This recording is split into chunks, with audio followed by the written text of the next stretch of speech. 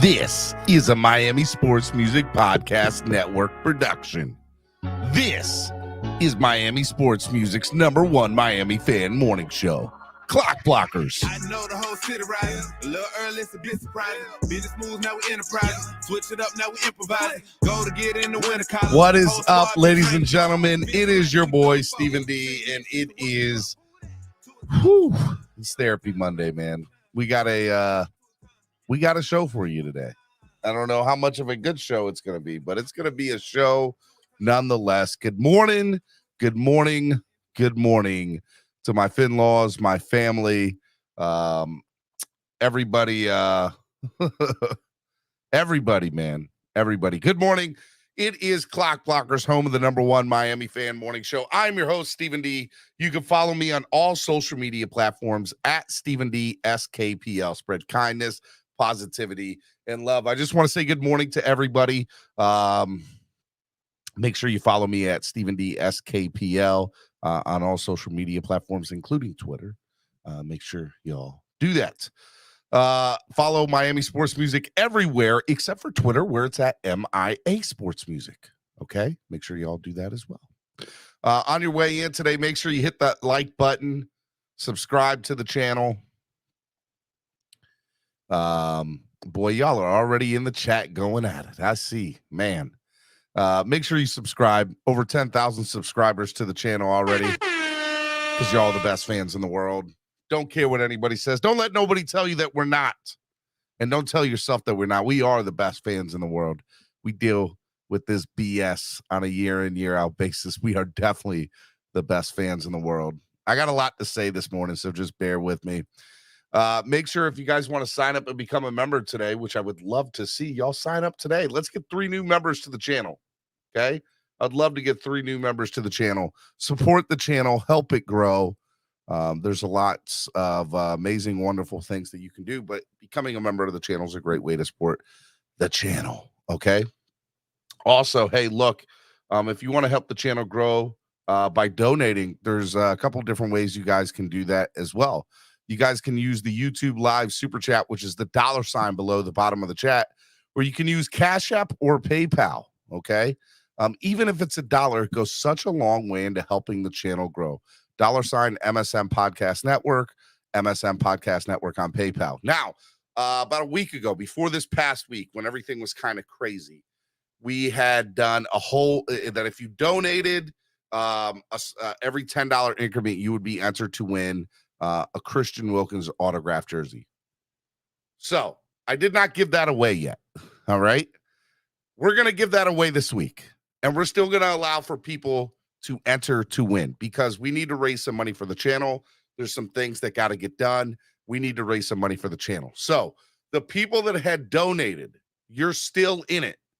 I updated the list. You're still in it for the 2 weeks prior. We had done that for 2 weeks prior. Last week, we didn't do anything. I'm bringing it back again this week. And then, so it'll be 3 weeks total of people that donated in increments of $10. Every $10 you donate only on Cash App or PayPal only. Cash App or PayPal only. Okay. You will be entered to win a Christian Wilkins autographed jersey courtesy of ZSM Sports. Okay. We're trying to help the channel grow. There's lots of different things we want to do. So, okay. Make sure y'all do that. ZSM Sports. ZSM Sports cards, jerseys, balls, and hard to find items. They specialize in sports memorabilia. Shout out the ZSM Sports. We love them. We love Zachary. Hangry Owls, good food, good mood. Hangry Owls, craft subs and salads. If you guys want the best place to eat in South Florida, at least subs wise, and desserts, Hangry Owls is the place to go. Make sure you give them a call at 305-279-5332. They're located in Pembroke Pines. Make sure you go check them out. They're really, really good. Vasasaur, man, let me tell you, needed a lot of that this weekend. Born and raised, a beer created for the fans, by the fans, the official beer of Clock Blockers. We love Vasasaur. We're going to keep going with them. Ooh, and I'm excited to see where that relationship goes as we move forward into the new year. But they're awesome. We love Vasasaur. Shout out to Vasa. let's see here. A great place to sit.com. Hey, man, you need tickets to this Jets game coming up? Great place to sit.com is a great place to get your tickets. Make sure you go to a great place to sit.com. The price you see is the price you get. No ticket fees, no service fees. So the price you see on the ticket is what you're going to have to pay for, which I love. So shout out to great place to sit.com. And last but not least, Tail Greeter. Best tailgate around. Download the app today on your current Apple or Android device today. Tailgreeter.com. The best place to get access to the best tailgates around the world. They're absolutely amazing. So shout out to Tail Greeter. All right, man. It is Therapy Monday. Biggest collapse in franchise history. Dolphins lose 5 straight. It was just this time 5-6 weeks ago. We were sitting at 8-3. We were in first place in the AFC East. And we've lost 5 straight. Let me say good morning to everybody in the chat this morning. Good morning to y'all.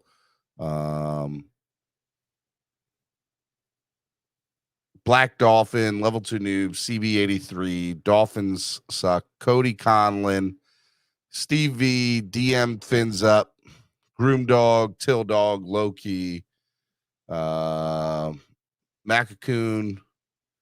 Corey Walker, Black Dolphin, Nightmare Renee, Six String Passion, Loki, who else? Cat for Life, Level 2 Noob, Adriel Heat. Good morning, everybody. Good morning. How do I put this? This was a tough game. This was a tough year. I don't know where to kind of start, right? Like I can start with the game. I guess I'll start with the game. Yesterday was just frustrating to watch. We were the better team again.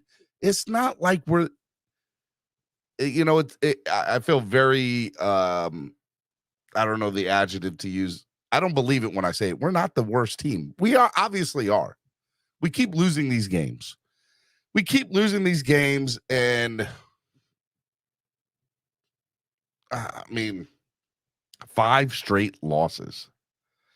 You go to New England, and by the way, I saw the writing on the wall. I didn't have faith that we would win this week. I just didn't know. This is hands down the biggest collapse in franchise history. I don't care what 1993 is. 1993 is Dan Marino. You have, you have the backup gets hurt. You go to Steve DeBerg. Like, this is hands down, in my opinion, the worst team in Dolphins history because of the collapse. You have to put it out there. You have to. It is the worst collapse in franchise history. You were 8-3 5 weeks ago. And now 5 weeks later, you're sitting outside the playoffs looking in, and you need help to get in. Look, here's a reality of the situation. I was rooting yesterday for us to get in, and we didn't do it, right? And I'll be next week rooting for that game for us to beat the Jets and hoping that the Bills beat the Patriots. And odds are both those things can easily happen. We both opened up favorites.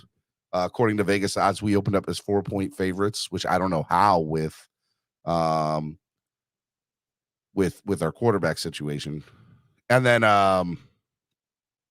obviously, with just everything that's going on, it is hands down. There's some of the fan base that feels, oh my God, we don't want to make the playoffs because we're going to get blown out in the first round. Look, you get into the dance, you got a shot, right? No matter what the deal is. I don't know. I don't know. All I know is I feel like crap. This is the worst I have felt as a Miami Dolphins fan in years. We had this preseason, this offseason, we were psyched. We had made all these moves. We thought, man, you'd have to really screw things up to lose with this team. You'd have to really screw things up, and the Dolphins did. They screwed it up the way the Miami Dolphins always screw it up. So I'm not mad at the fan base that says, oh my God, I'm so sick of this crap. This is ridiculous. Another year, same result, different year, because I feel like that. I'm also not mad at the fan that feels optimistic, like, oh, hey guys, there's one more game left. Because the reality of it is there's still one more game and we can still get into the playoffs. But even if we get in, we saw what the wild card round was last year. And let's call a spade a spade. The 7th place seed in each conference this year, like, I'll be real. I don't think there should be 7 spots in the playoffs. I think the first 2 seeds should get buys. Go back to a 16 format each conference. You're right, it's not over. But after the BS that we saw last year in the first round of the playoffs, where that wild card weekend, where they were out of 6 games, there was only one competitive one. Come on. Level 2 Noob says, we've been mediocre for so long. That's part of this fan base that would be happy to barely sneak in and get routed in wild card weekend. I don't know if y'all remember. Okay. Let me tell you why I have a difficult time feeling, oh my God, if we get in, okay, at least we're in. There's truth in that. And there's an opportunity as a fan for me to be like, all right, we're in the playoffs. That's only something we've done 2 other times in the last 20 plus years. So now this is the 3rd, right? But the goal was at the beginning of the year to get in the playoffs and win a playoff game. That goal is still on the table, perhaps. But if you go back and you look at last year and you look at the wild card games last year and you say, man, out of 6 games, only one of them was competitive. What makes us think with a quarterback situation that we have right now, I don't care what anybody says, going back to yesterday, Teddy can't stay healthy to save his life. I don't know if it's the worst $10 million our franchise has ever spent, but it's up there. Jay Cutler being one that was really, really bad, and Will Fuller being another one that was pretty, pretty bad. You know, we just, as far as I'm concerned, we don't ever need to spend $10 million on one-year players ever again, because it just doesn't seem to work out well for our franchise at all. But if you look at both of those things and you say, man, look, you know, the Miami Dolphins, they're sitting here and they have this quarterback dilemma. There's no dilemma. Teddy Bridgewater can't stay healthy to save his life. Was he playing decent when he went out? Debatable. Okay. And then you look at Skyler, and I'm going to call a spade a spade. Pete, don't you come up here tonight or this morning, about to say tonight, don't you come up here today preaching anything about Skylar Thompson. Because I'm going to tell you what Skylar was yesterday. Good, bad, or indifferent, rookie or not. That man was trash. Straight trash. The man could not throw outside of the pocket. And even when he was inside of the pocket, there were some throws that he missed straight up. I don't want to hear nothing. We were an injury away from seeing Cedric Wilson play late yesterday at the quarterback position.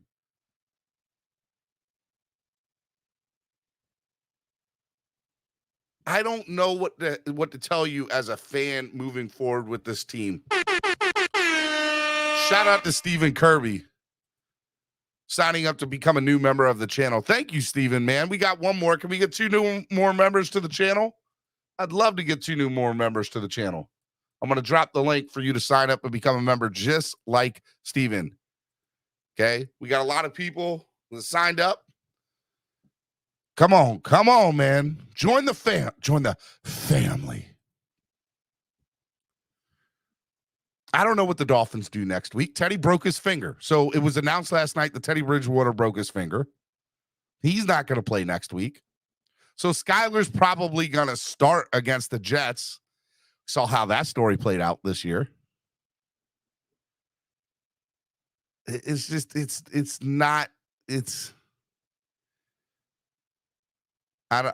don't know. So let me tell you something. As a diehard fan that I am, every year when the playoffs start, I have this feeling. I have this thought. And I'll watch Wild Card Weekend, and I'll be like, man, I wish the Dolphins were in here. I want to see the Dolphins in a playoff game. There's something about being in the playoffs because I've only ever felt it twice in the last 20 plus years, right? And I was there at the last one in 2016. I was there. And we got routed in Pittsburgh. And I remember it's a weird feeling, right? Because every year I feel, man, I would love for the Dolphins to be in the playoffs. I just want that feeling. But I remember being in Pittsburgh and feeling what it was like to be down 21-0 in the first quarter and just realize that your team doesn't have any hope of winning this football game. And it's a crappy feeling. It's a crappy feeling. It's the worst. I feel like our franchise is like in the worst situation right now. Damned if you do, damned if you don't. Like there are so many things that this franchise has done over the last several years that you kind of look at and you scratch your head, you shake your head, and you're like, man, why can't we just get out of our own way? When the reality is this is who the Dolphins are and who they've been for at least in the last 25 years. Look, there's lots of people that we can blame. We can blame Chris Greer. He deserves some of the blame. We can blame Mike McDaniel. He deserves some of the blame. We can blame Tua Tagovailoa. He deserves some of the blame. We can blame Brian Flores. We can blame Adam Gase. We can blame whoever we want to blame. But the person and where the buck stops at all these bad decisions, at all of this mediocrity, at all of this frustration is at the top. Stephen Ross, you, sir, I blame you. Over anybody, I blame you. I blame Stephen Ross for all of this. You can say what you want. He is the man that chose Chris Greer. He is the man that allows decisions to be made, the checks to be blank and writes out. He is the man. And ever since this man has owned this franchise, and even before, and it's not like it's anything new before him, trash. Just straight trash. Trash. And you expect me to spend and I have, and here's the thing, I'm still going to. Because I love this stupid team. I love this mediocrity, this mediocre franchise, this poverty-driven franchise. I hate, but I'm telling you, with a passion, Stephen Ross is the problem. Because every decision that man has made has been the wrong one. Every single decision that man has made has been the wrong one. Every single decision. Not one or two, every single decision. And here's the worst part about being a Dolphins fan right now, okay? Here's the worst part. Out of all of this, what do you do when the season is over? Because all we're doing is delaying the inevitable right now, right? That's the other thing that we're doing right now. We're delaying the inevitable. Dolphins lose, whether it's this weekend against the Jets or whether it's next weekend in the first round of the wild card. We're talking about if the Dolphins advance to the AFC divisional round, miracles have happened. And I will be happy. I'll be the first person on here saying, let's go, baby. We're 2 games away from the Super Bowl. I'll be the first person. I'll be the first person in line flip-flopping. Have no problem being that flip-flopper right then and there. But from where my seat is right now and where I'm looking at it, there is almost no possible way that's going to happen. None. And and for people to say, oh, Steven, you're being negative. You're being a negative Nancy. You're being a negative Nelly. No, I'm being for real. I am letting y'all know what the deal is. Good teams find a way to win. We were a better team yesterday. The New England Patriots suck. I don't care what anybody says. They suck. And the fact that they are sitting in the 7th seed right now and control their own destiny is absolutely a travesty. A travesty. No reason. None. Except The Miami Dolphins shot themselves in the foot. They did. You want to be mad at somebody? Be mad at the Dolphins. Don't be mad at the Patriots. Don't be mad at anybody else this past 5 weeks except the Dolphins. And remember, when you're mad at Jason Sanders for missing a field goal again, remember who makes the decisions? Greer and McDaniel, right? So we can get mad at somebody who's been making the same mistakes for weeks and weeks, but nothing's been done of it, right? When you get mad at, hey, Teddy Bridgewater got hurt again. Well, I mean, hello, the man showed us that he gets hurt throughout his career. We were hoping and just praying that something happened different when he was in a Miami Dolphins uniform. Not going to happen. The writing was on the wall. I can be optimistic and Mr. Positivity all I want. The reality of the situation is that everything that has happened before with these players. It's not like this is different. And we can keep going up the ladder, because here's the reality of the situation. We can get mad at McDaniel, but then we got to use the out on him and say, well, he is a first-time head coach. So, these are the mistakes you make when you get a first-time head coach and you make stupid decisions, not allowing Raheem Mostert to keep running the ball. He ran the ball 9 times. We made the same mistake yesterday that we made in Tennessee last year. Same stupid mistake. Different head coach, different personnel, same mistake. Same.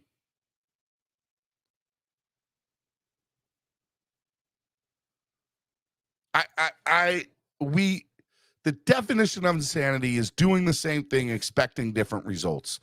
We are the most insane team in the NFL right now because we expect different results doing the same crap that they have done over and over and over and over and over and over and over and over and over and over again. What do you want them to do? We're just going to hope and I pray that things are different. Why?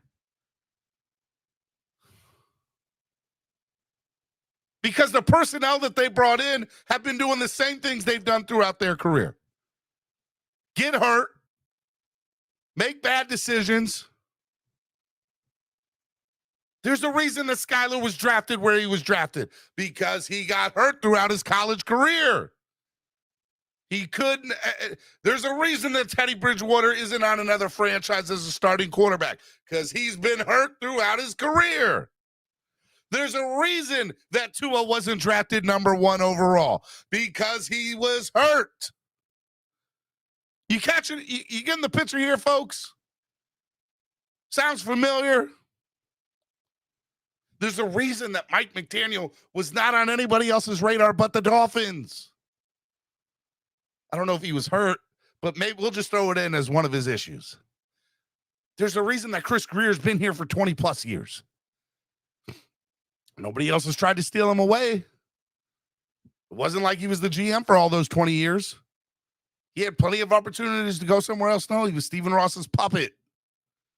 Hello, Stephen Ross is the problem. I like Chris Greer as a person. I love Tua as a person. Love him. One of the nicest guys you will ever meet. One of the nicest guys you'll ever meet. Jason Sanders, same way. Nice guy. Love him. Love him off the field as a person. I have no problem with any of these people, any of these players as people, as individuals, as human beings. They're great people. But as football players, I'm going to tell y'all right now, there's a lot of trash out on the field. Waste management. You would thought that Wayne Huizenga was back as the owner of the Dolphins and waste management was on the field, because there's a lot of trash on the field. That's all I know. A lot of trash. A lot of file 13s.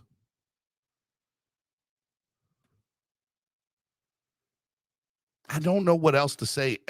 And that's it's not like I can wave a magic wand and say, this is what the Dolphins need to do. Anybody who sits there right now and says, well, if the Dolphins did this, we would just be better. That's BS. there's only one thing, in my opinion, that can help this franchise, because everything else is a hope and a prayer. I'm not saying it won't work. I'm just saying you're going to be expecting something different doing the same thing. Anything you choose at this point. Look at all the options you have. You decide to keep the same personnel going next year, everything the same. What makes you think it's going to be different next year? I'm asking, right? You decide, okay, we'll change the head coach. We've done that already.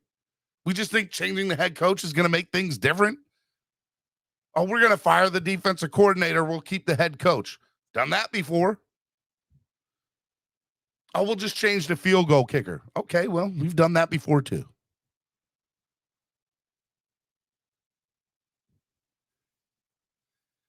If Jason Sanders was so easy to replace, you'd like to think they would have done it by now. But kickers are not a dime a dozen. They're rare. You haven't replaced them because there's not as many good kickers out there.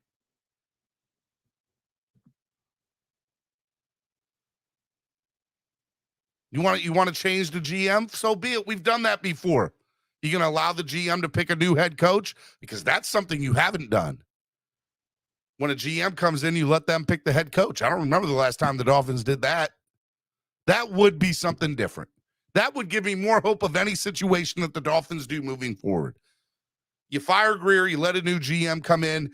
But even there, am I blaming all of this on Chris Greer? No. The man was given an open check. He got the hottest free agents. He made a lot of right, correct decisions. It still didn't yield to shit. To nothing. Not a thing. You want to change quarterbacks? Okay, we had one for 7 years. We change him. We draft another one. Wrong answer. This franchise is so, it just makes the wrong decision time after time after time after time. And even when they try to cheat or they try to bring in somebody different, they can't even do that right. And you know who was at the center of all that BS? Stephen Ross. You couldn't even cheat correctly, Stephen. You couldn't do it. I have zero faith in Stephen Ross. And because I have zero faith in Stephen Ross, I have zero faith that this franchise will make the right decision. Now, the reality of the situation is maybe I shouldn't say zero. Maybe I should say 0.0001, which is about as close to zero as you're going to get. But at least at 0.00001, there's the remote, minute, littlest, tiniest, simplest opportunity for the Dolphins to make a difference by doing something different. Dolphins go on and get Aaron Rodgers next year. I'll be okay. All right. Let's see if that makes the difference. By the way, I just want to say Dolphins make the playoffs. Rodgers comes in next year and they replace the defensive coordinator. That's what I think is going to happen. Just want to throw that out there. But when we do the same thing again next year, I'm not going to be surprised. I'm not. That's what I'm going to expect. I'm going to hope for something different, but I'm not going to expect it. And let me tell you, hope is a mother. Because yesterday I started out, I'm going to tell you, as a fan, I started out the game. Dolphins are going to lose. This is not going to be good. We get going. We have a 14-7. The stupid team gave me hope. It gave me hope. All right, we got it. We got a chance. We can do this. Let's go, please. I'm rubbing on everything. I'm like, let's go. Where's my good luck charms at? Oh, Lord, please don't let us lose. Please don't let us lose. Praying to all the gods and all the football gods and Jesus himself. Please. Nothing. Not a damn thing. Same result. Nothing. I hate hope. Hope is horrible as a Dolphins fan. I was saying that yesterday. My wife was like, you can't say that in front of the kids. Kids need to know. They need to know. They need to understand what their future is like as a Dolphins fan. No hope. None. Yes, I'm Mr. Negativity. Yes, I understand I'm not Mr. Positivity right now. Why should I be? For our team to make this is literally, like, I need you to understand something. 5 weeks ago, we were 8-3. We just needed to win one more game and we clinch a playoff spot automatically before this week. We win one more game in the last 5 games. We just needed to win one. And we would have had a playoff spot, an automatic playoff bid. We wouldn't have been talking about nothing except, okay, where are we playing in the first round? Oh, Kansas City? All right, let's go. Let's pack our bags. We can't even do that right. And you want to expect me to have hope as a fan? I can't do it. Hope is stupid as a Dolphins fan. It's just dumb.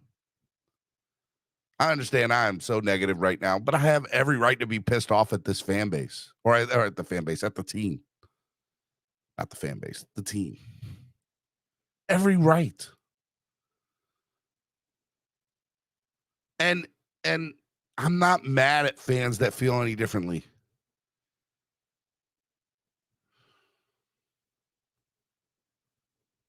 I don't know what to do. I don't, and any decision that anybody says, oh, this is what we should do, you're just hoping, you're praying. I'm not saying that it has a 0% chance, but it has less than a 1%. How about that? You're just hoping and praying that becomes the answer. Because every year it's something small. We're not the worst franchise in the league. It's not like we're not the Browns, we're not the Lions. Browns and Lions fans have no hope, period. They walk into every year with no expectations. So, Texans included. Okay? Dolphins fans walk into every season, every year with expectations of what we can do, of hope of what we can become. In every year, the results are the same: 8-8, 6-10, 7-9, 9-8, 9-7. We are the definition of mediocrity at its finest. We're so good. We're just bad enough to not make the playoffs, but we're just good enough to not get a good playoff or a draft pick. And even when we do get a good draft pick, we screw that up for the most part. We've had some good hits, but for the most part, we've struck out.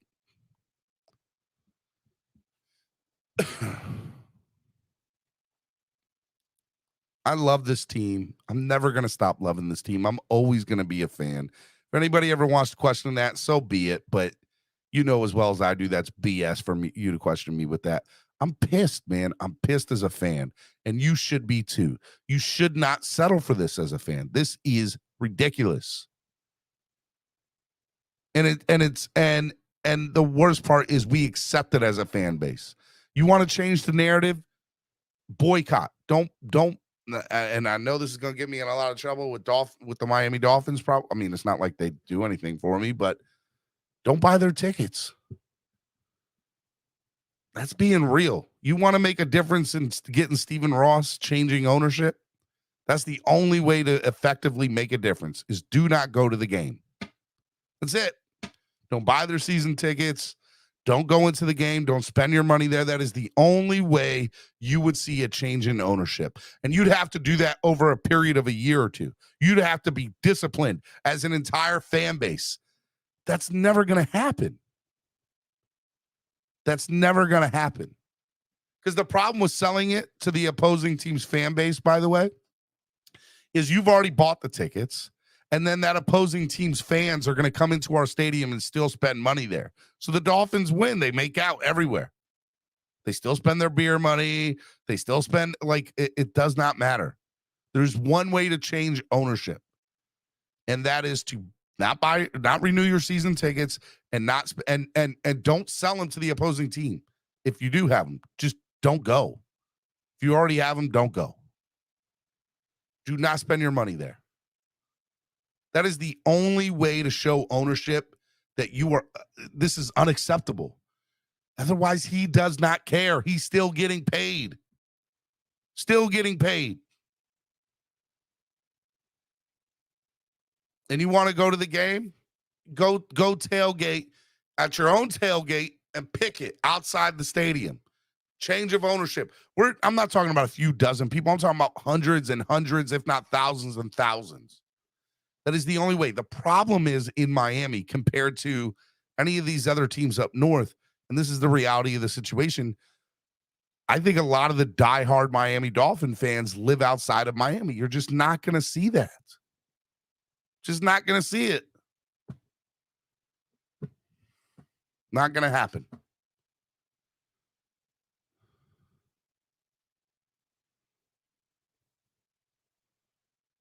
I love this team.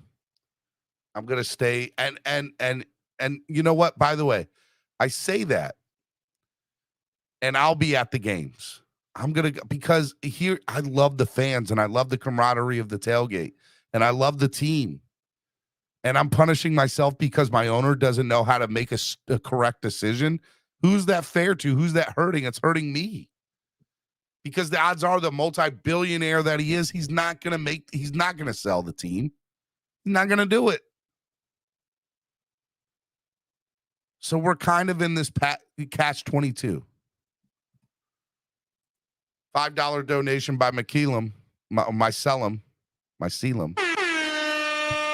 All fans should go tailgate and not enter the stadium. I think that's the best way to show our disapproval. And if you go in, brown paper bags. Whatever we do, we need to do it as in a united fan base. United. I love this team. I think that being a Dolphins fan is one of the greatest things I've ever, Nikki Smokes yesterday said, I blame my parents, and I do too. I blame my parents for making me a fan of this team. And there was a couple things I wanted to read that I retweeted or liked yesterday that I thought were really, some of them were really just good. Some of them weren't. Some of them were just real thoughts and feelings. So I'm gonna tell a couple of them now. Actually, Michael Vila from Dolphins Talk retweeted this 3 sections, three tweets. So this is from Michael Vila of Dolphins Talk. Shout out to them. We support everything they do. They're great people over there. He tweeted yesterday, he said, being a fan of this team is exhausting and painful. The 80s and 90s seem like a lifetime ago. It's like reading the same book each year and hoping and wishing the ending will be different. It never will. At 45 years old, it has worn on me to the point of apathy. Being a fan of this team brings little joy and hasn't for 20 or so years outside of a couple of moments. Other organizations get seasons to relish in. We have moments in time we cling to. That in the big picture mean nothing. With no hope in sight of anything changing anytime soon, it's difficult to be excited about the future heading into next season and beyond. This 2022 season and the historic collapse we are watching hurts to watch. True story. True story.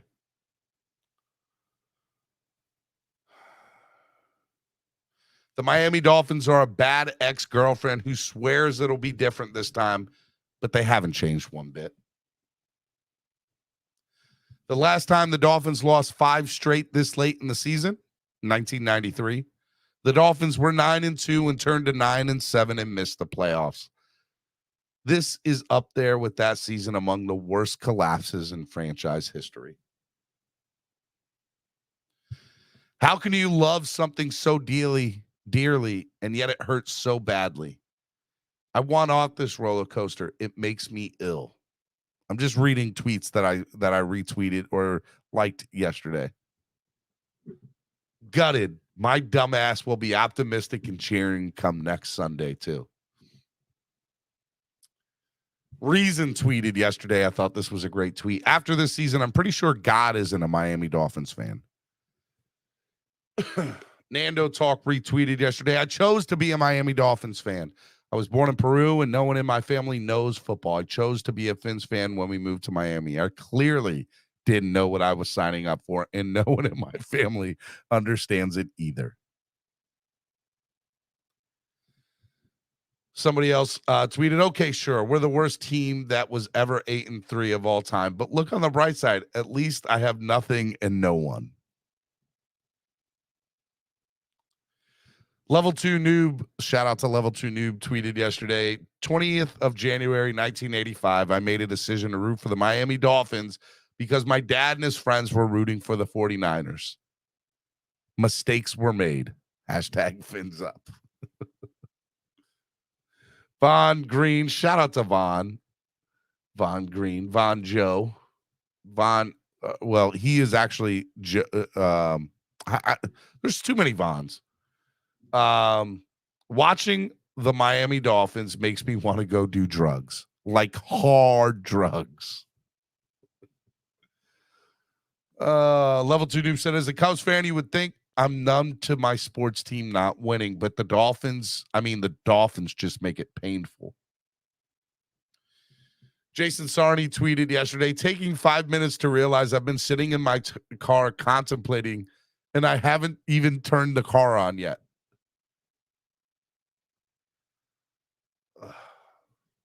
The Dolphins have had 10 wins in the last 2 seasons and have missed the playoffs. This year, we went 8-3. We're 9 wins, would likely clinch the playoff spot, and yet we are at real risk of losing the final wild card slot. A new finesse on the same old Dolphins mantra.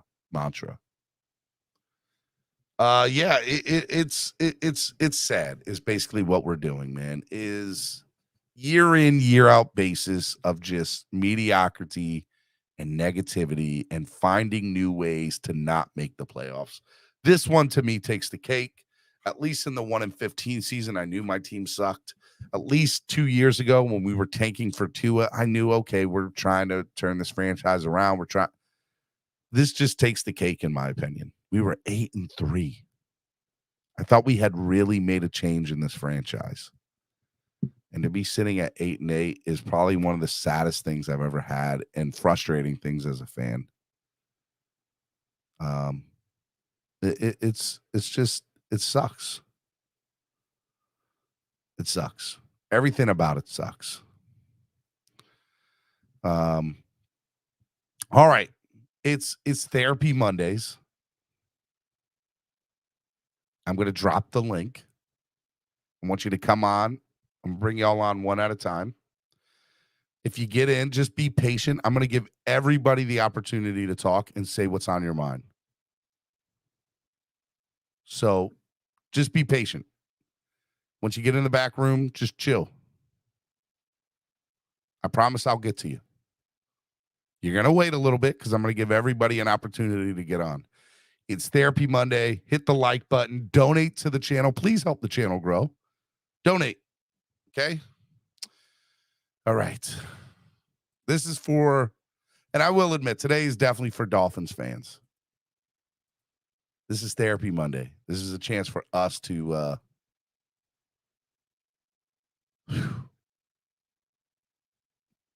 here we go.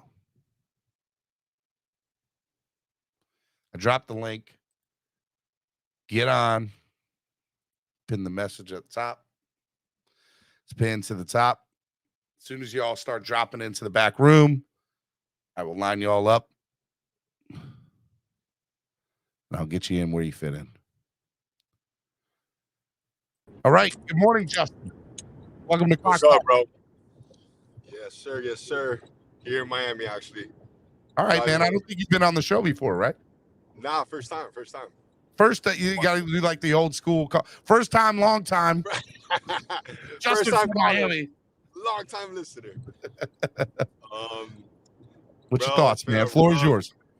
Bro, rough season. And what hurts the most is that defensively, Byron Jones just checked out on us, and I think that's been the biggest fault of the season, because that lot, like, he's made a difference, and he's shown how good he was for our team by him being out. I know back then everyone said that, oh, there's no interceptions, he didn't make as many plays, but now we're seeing like the impact he had on our season. Another thing is we have a running game now, which is crazy, because we really do. McDaniel brought that. Receivers look good. Our O-line is good when Teron Armstead's in. I think we're undefeated with him playing. But the what if factor with Tua kind of, it bothers the whole entire fan base, because he's good when he's in. He has some shaky games when it counts, but then he gets hurt, so you never see him finish out the season. So like the what if always brings him back and always has us like wondering like, oh, if he does play a full season, you know, what can it be? But how long do you want to wait for that? Like how long do you really want to wait? And then how many seasons are getting older? So I just like the fact that we're in limbo for so long, which that's what we're in right now. You know, you bring up a lot of great points. The first point you brought in is the Byron Jones situation. The Byron Jones situation is very interesting to me, because I think there's more to the story than meets the eye. I don't think it's all just a health thing with them personally. I think there's definitely more to that story that I would love to know about. And I would love to know if it has anything to do with Greer or McDaniel or anything like that, or the fact that, you know, Flores, you know, got fired, whatever it is, or Gerald Alexander getting let go, because there's definitely more to that story than meets the eye, and he never showed up. And I definitely think there's some of that story that we just don't know yet or hasn't come public knowledge yet. And when that ever does come to light, I think we're going to see, again, some off the field cover up that we did, because, you know, to try to, you know, whatever the issue is. I think there's more to that story than has to do with just his playing health. When it comes, and that sucks, right? Because that's same old typical Dolphins. Yeah, what I think it is he got a fully guaranteed contract, right? Like this year when I'm not sure, but it was something like that. It was more like guaranteed money for this year because of the salary cap or like a signing bonus or whatever. I think he's getting older. So I know we saved like next year. So he knew he had 1 year of one paycheck. He's getting older. So he wants to get that next team contract for like another 3 years, however many $1 million. I think it was just a longevity play for him more so than like, I think he liked playing for the Dolphins, but it was just like his. I don't know about that. I think there's I think there's more to that story, and it's very interesting. Real Deal just said Byron Jones saw what Will Fuller did and took it to another level. He said, "Hold my beer, watch this. I'll show you." And then to the last thing that you said, Justin, that's interesting. You know, the Tua situation is, I think, you know, we as fans obviously want to believe that a quarterback could play a full year. We want to do this. You know, we hope and pray as fans that there's more to this than meets the eye, that we chose the right people. I don't know if we ever take into account that maybe the GMs and the front office, or even the head coach for that matter, at least in this situation with McDaniel, maybe that they're in that same boat too, right? Like they're hoping and praying that Tua's the guy, and they just want it to be right, and they'll overplay their hand with that player because they feel that way, right? They didn't, in my opinion, hindsight being 2020, you didn't bring anybody to compete with them this year, right? Because you wanted them to have all the confidence in the world, but that shot yourselves in the foot when it backfired and he couldn't stay healthy, and we had to bring in Teddy Bridgewater, who the only reason he came here and didn't go somewhere else is because we paid him $10 million to come here for 1 year. That's it. Yeah, let me ask you this, Steve. You're breaking up, Justin. When it comes to injuries, what do you think it is?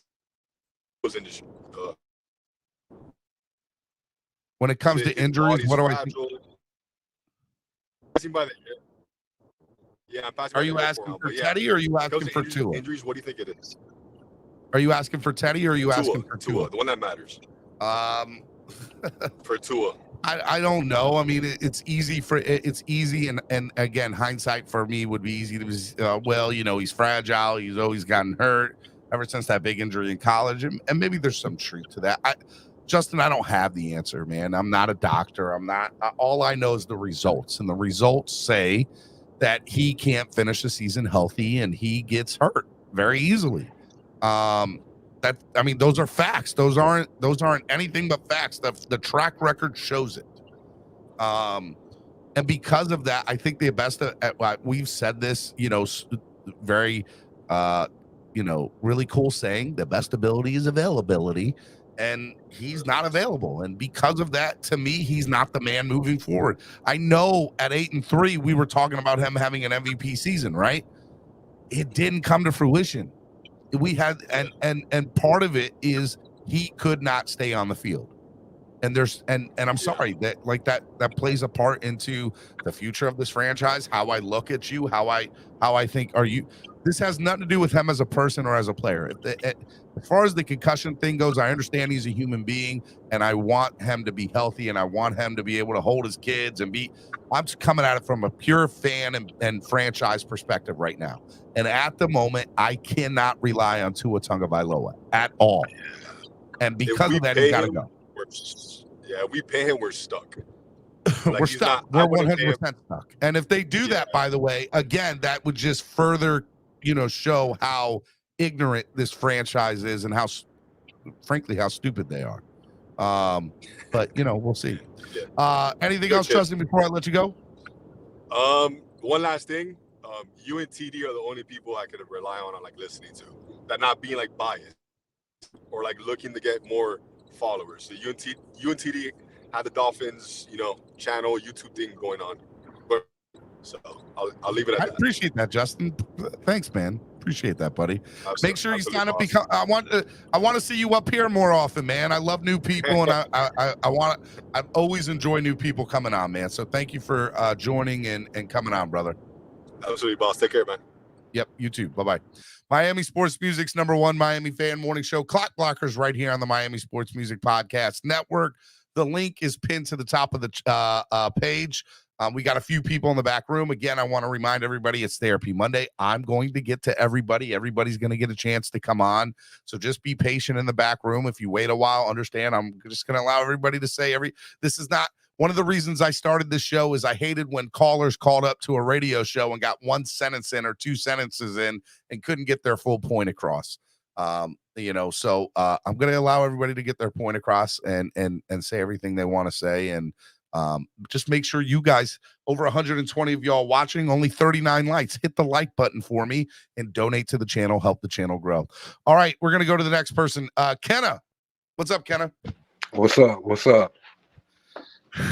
Rough morning, man. Rough morning, rough 5 weeks. Man, rough. I tell you that. But I'm gonna tell you where it all went downhill. Okay. When we didn't let Cam Wake retire as a Dolphin, when we didn't retain Jarvis Landry and Ryan Tannehill, as much as everybody said they wanted them out of here, it was in Miami good grace that they do right by players. You get what I'm saying? That's the only way that you can really move forward as an organization with keeping the right pieces. Because to be honest, we got nothing from Cam Wake, we got nothing from Jarvis Landry, and we got nothing from Ryan Tannehill. Them three players that was almost damn near a staple to this organization. And by us not getting nothing from them, almost set us back another 5 to 6 years anyway. Mm-hmm. So, and then we tried to right the ship when we went and got Flo. We trying to change the culture. He put up the TNT wall. Okay, we in Miami. We got a lot of kids or young adults that need some structure, need some discipline. Because as you've been seeing this year, we've been having penalties out the ass for no reason. Mm-hmm. Excuse my French. But are you saying that it's karma that the Dolphins they never did right by any of the people that were loyal or good to them in the past, and because of that? That's all it is. It's just a whole lot of karma coming back to Ross and Greer, bringing that them was the only two that's been in this organization for the longest. for all those decisions. Yes, for all those decisions. Whether Greer was GM at the time or not, he was still here making decisions. Whether it probably wasn't the top decision, is the fact that his opinion meant something and went somewhere with this organization. It had to, being that he's the GM now. Well, I mean, Greer's always been in Stephen Ross's ear in one way or another. But again, I think Stephen Ross listens to whoever the GM is at the time, right? Tannenbaum's fingerprint was on the franchise when he was here, and we know for a fact that Greer and him butted heads. And the moment Tannenbaum got the boot, Greer was like, "Hey, let me take over if you listen to me." And he had enough track record with some things that where he said, "Hey, look, see what happened when he listened to me. This player was good. This player turned out to be okay." And so Greer obviously, Greer was in it for the long game and did a really good job of getting in the owner's ear. But now we're sitting in this, I don't want to say dilemma or predicament, but I mean, you might as well say dilemma, because I mean, you might as well say deja vu, because it seems like just like last year. We're in the same boat again, right? And it's funny you say it's karma. There are some people that want to bring up the Indian burial ground situation.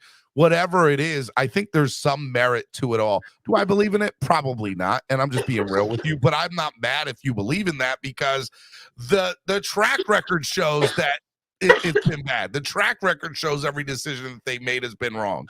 And as far as, the self-discipline is concerned of the franchise, there has been none. And so, I look, I think your argument has merit. Do I personally believe in that it's karma? I don't know. I don't know if they're, but I know that, it hasn't turned out. Just look at what just happened this year, though, Stephen. Mm-hmm. Last year, what was our record? Same thing, pretty much. See, and this year is the same thing. Mm-hmm. And it came down to, last year it came down to 1 or 2 games for us to get in. This year, 1 or 2 games for us to get in. Like, everything is lining up the same for it to be. Yeah. Like, and this isn't the only year that it's happened either. Exactly. We've been in this situation. That's my whole point. Yes. We've been doing this. Like, I've been a Dolphin fan for 30 years. You know what I'm saying? I remember being a kid sitting there watching the Dolphins play the Raiders, and Napoleon Kaufman is just running all through our defense. You know what I'm saying? You brought up a name, Kenna. You brought up a name. Yeah. And and it's crazy because I remember getting Chris Carter, and we was like, "Oh yeah, we about to do something." I remember the Chris Carter signing and being so excited. Oh my God, we got Chris Carter to add to the depth of this wide receiving crew. And every year Ross has just been selling us, and that's all he's gonna continue to do until, like you were saying earlier. Although I just want to throw this out there. If anybody ever wants to give me a really cool present, I would love a Chris Carter Miami Dolphins jersey. That's a throwback right there. Go ahead. Yeah. But Stephen, like, this organization need to go ahead. The only way that we can move forward is, and it came to tuition of what I was saying last week too. I'm not saying because it's Skyler. I'm saying it because it's our rookie quarterback that we have drafted, and right now the other 2 quarterbacks is looking like we can't depend on them. We can't. We can't. And by the way, Teddy's track record is it's not that Teddy's not doing anything new he hasn't done throughout his career, right? So why are we mad at Teddy when he's doing exactly what he's done throughout his career? And there's a reason that even with all the positives that Skyler might have had in the preseason or in his college career, he couldn't stay healthy. And there's a reason he was a late round draft pick. He had a lot of, things that he just was not ready to make that next step. And he was thrown in a situation. And I get that. But that doesn't neglect the fact that we still drafted him.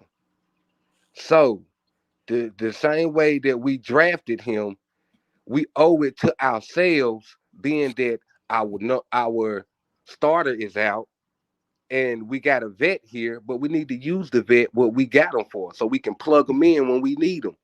And at that point in time, I didn't feel like we needed to plug him in for this week. We need to go ahead and play Skyler. That way we know what we get, if we got something for the future. That way we can know what to do Well, with the we were offseason. still on a playoff hunt. We had a chance to and here, I mean, that was on Mike. That was on Mike to fight for his job then and there. I disagree with you, Ken. I think that Teddy was definitely the better start than Skylar, because just looking at what Skylar's restrictions are, which is anytime he gets outside of the pocket, he could not throw for crap. But I get what you're saying as far as right now, Steven. But we're thinking as an organization and trying to move forward. Mm-hmm. We got Teddy. If Skylar is thinking it up, the answer, Ken, I can tell you that right now. Skylar is not. I'm not saying he's the answer. But what I'm trying to say is, if you believe in Mike to be your head coach, this head coach should get us this win.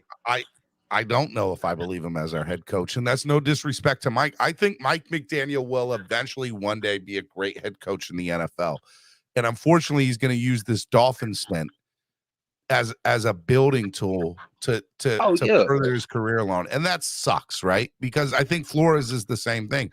Flores, I think, will eventually get another head coach. He will, because man, what he did with us in 3 years, yo. Yep. And look at Dan Campbell, right? Look at what Dan Campbell did for us. And that was and you know what? And he wasn't. And by the way, let me just say, Dan Campbell wasn't ready to be a head coach when he was with us. He was.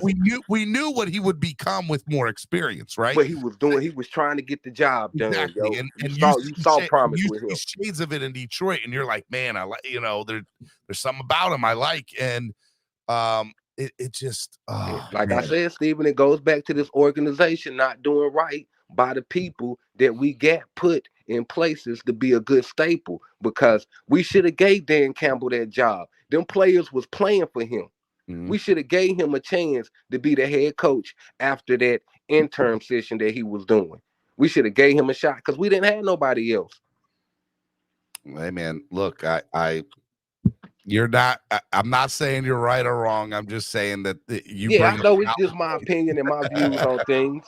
You know what I'm saying? But that's what I'm saying. Like, if we thinking about moving forward, then it got to be a hard decision that you got to make right now so we can move forward.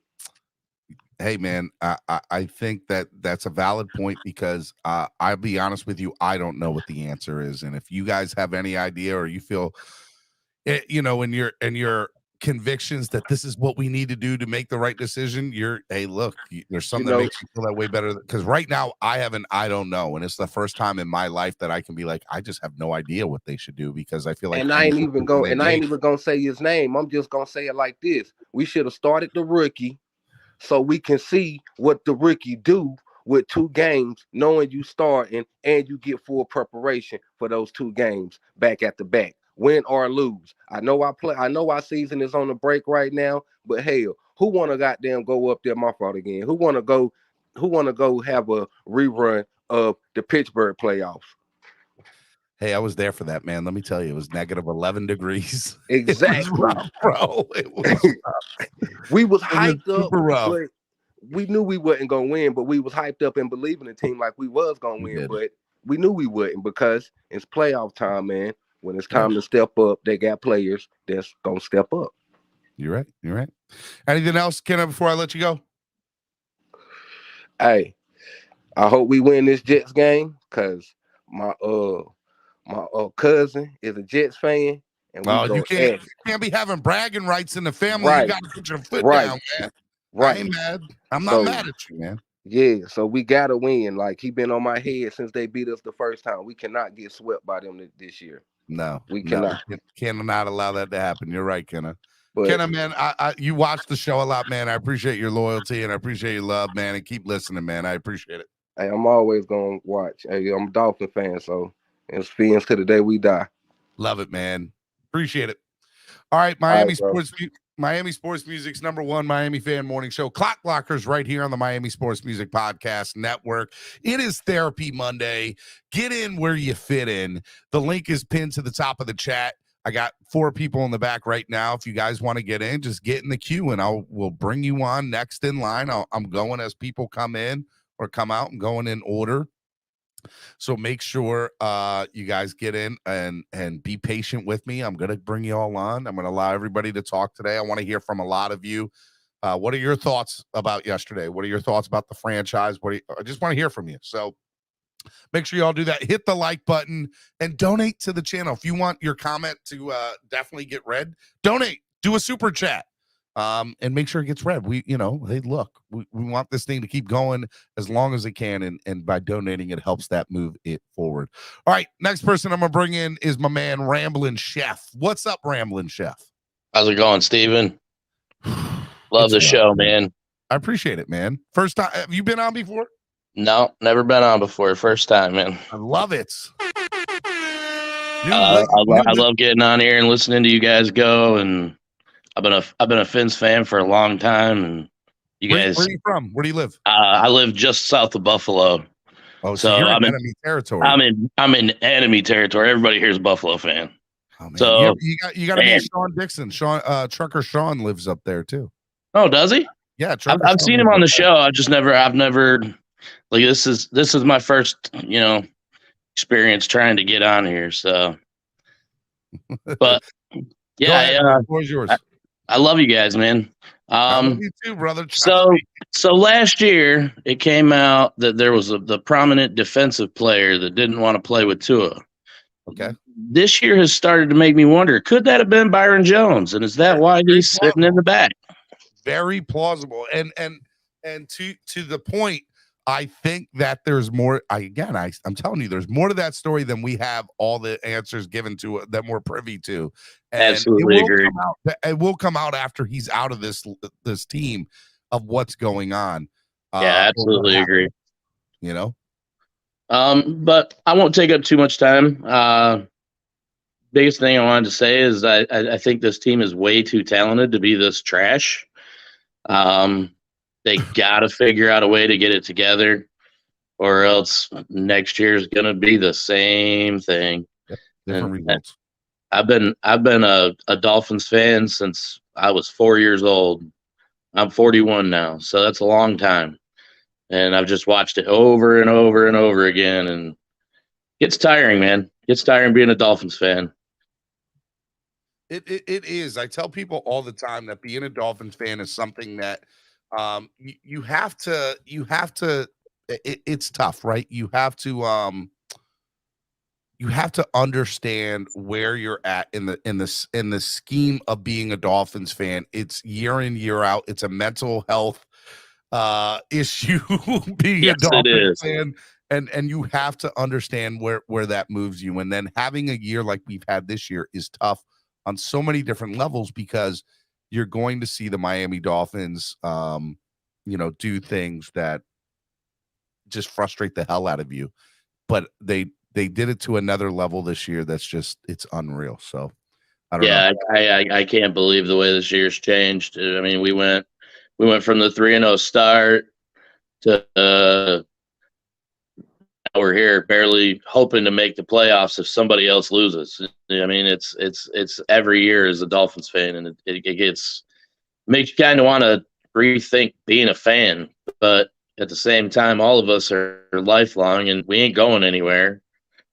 But no, we're not. It makes you think about it. It definitely makes you think about it. Definitely does.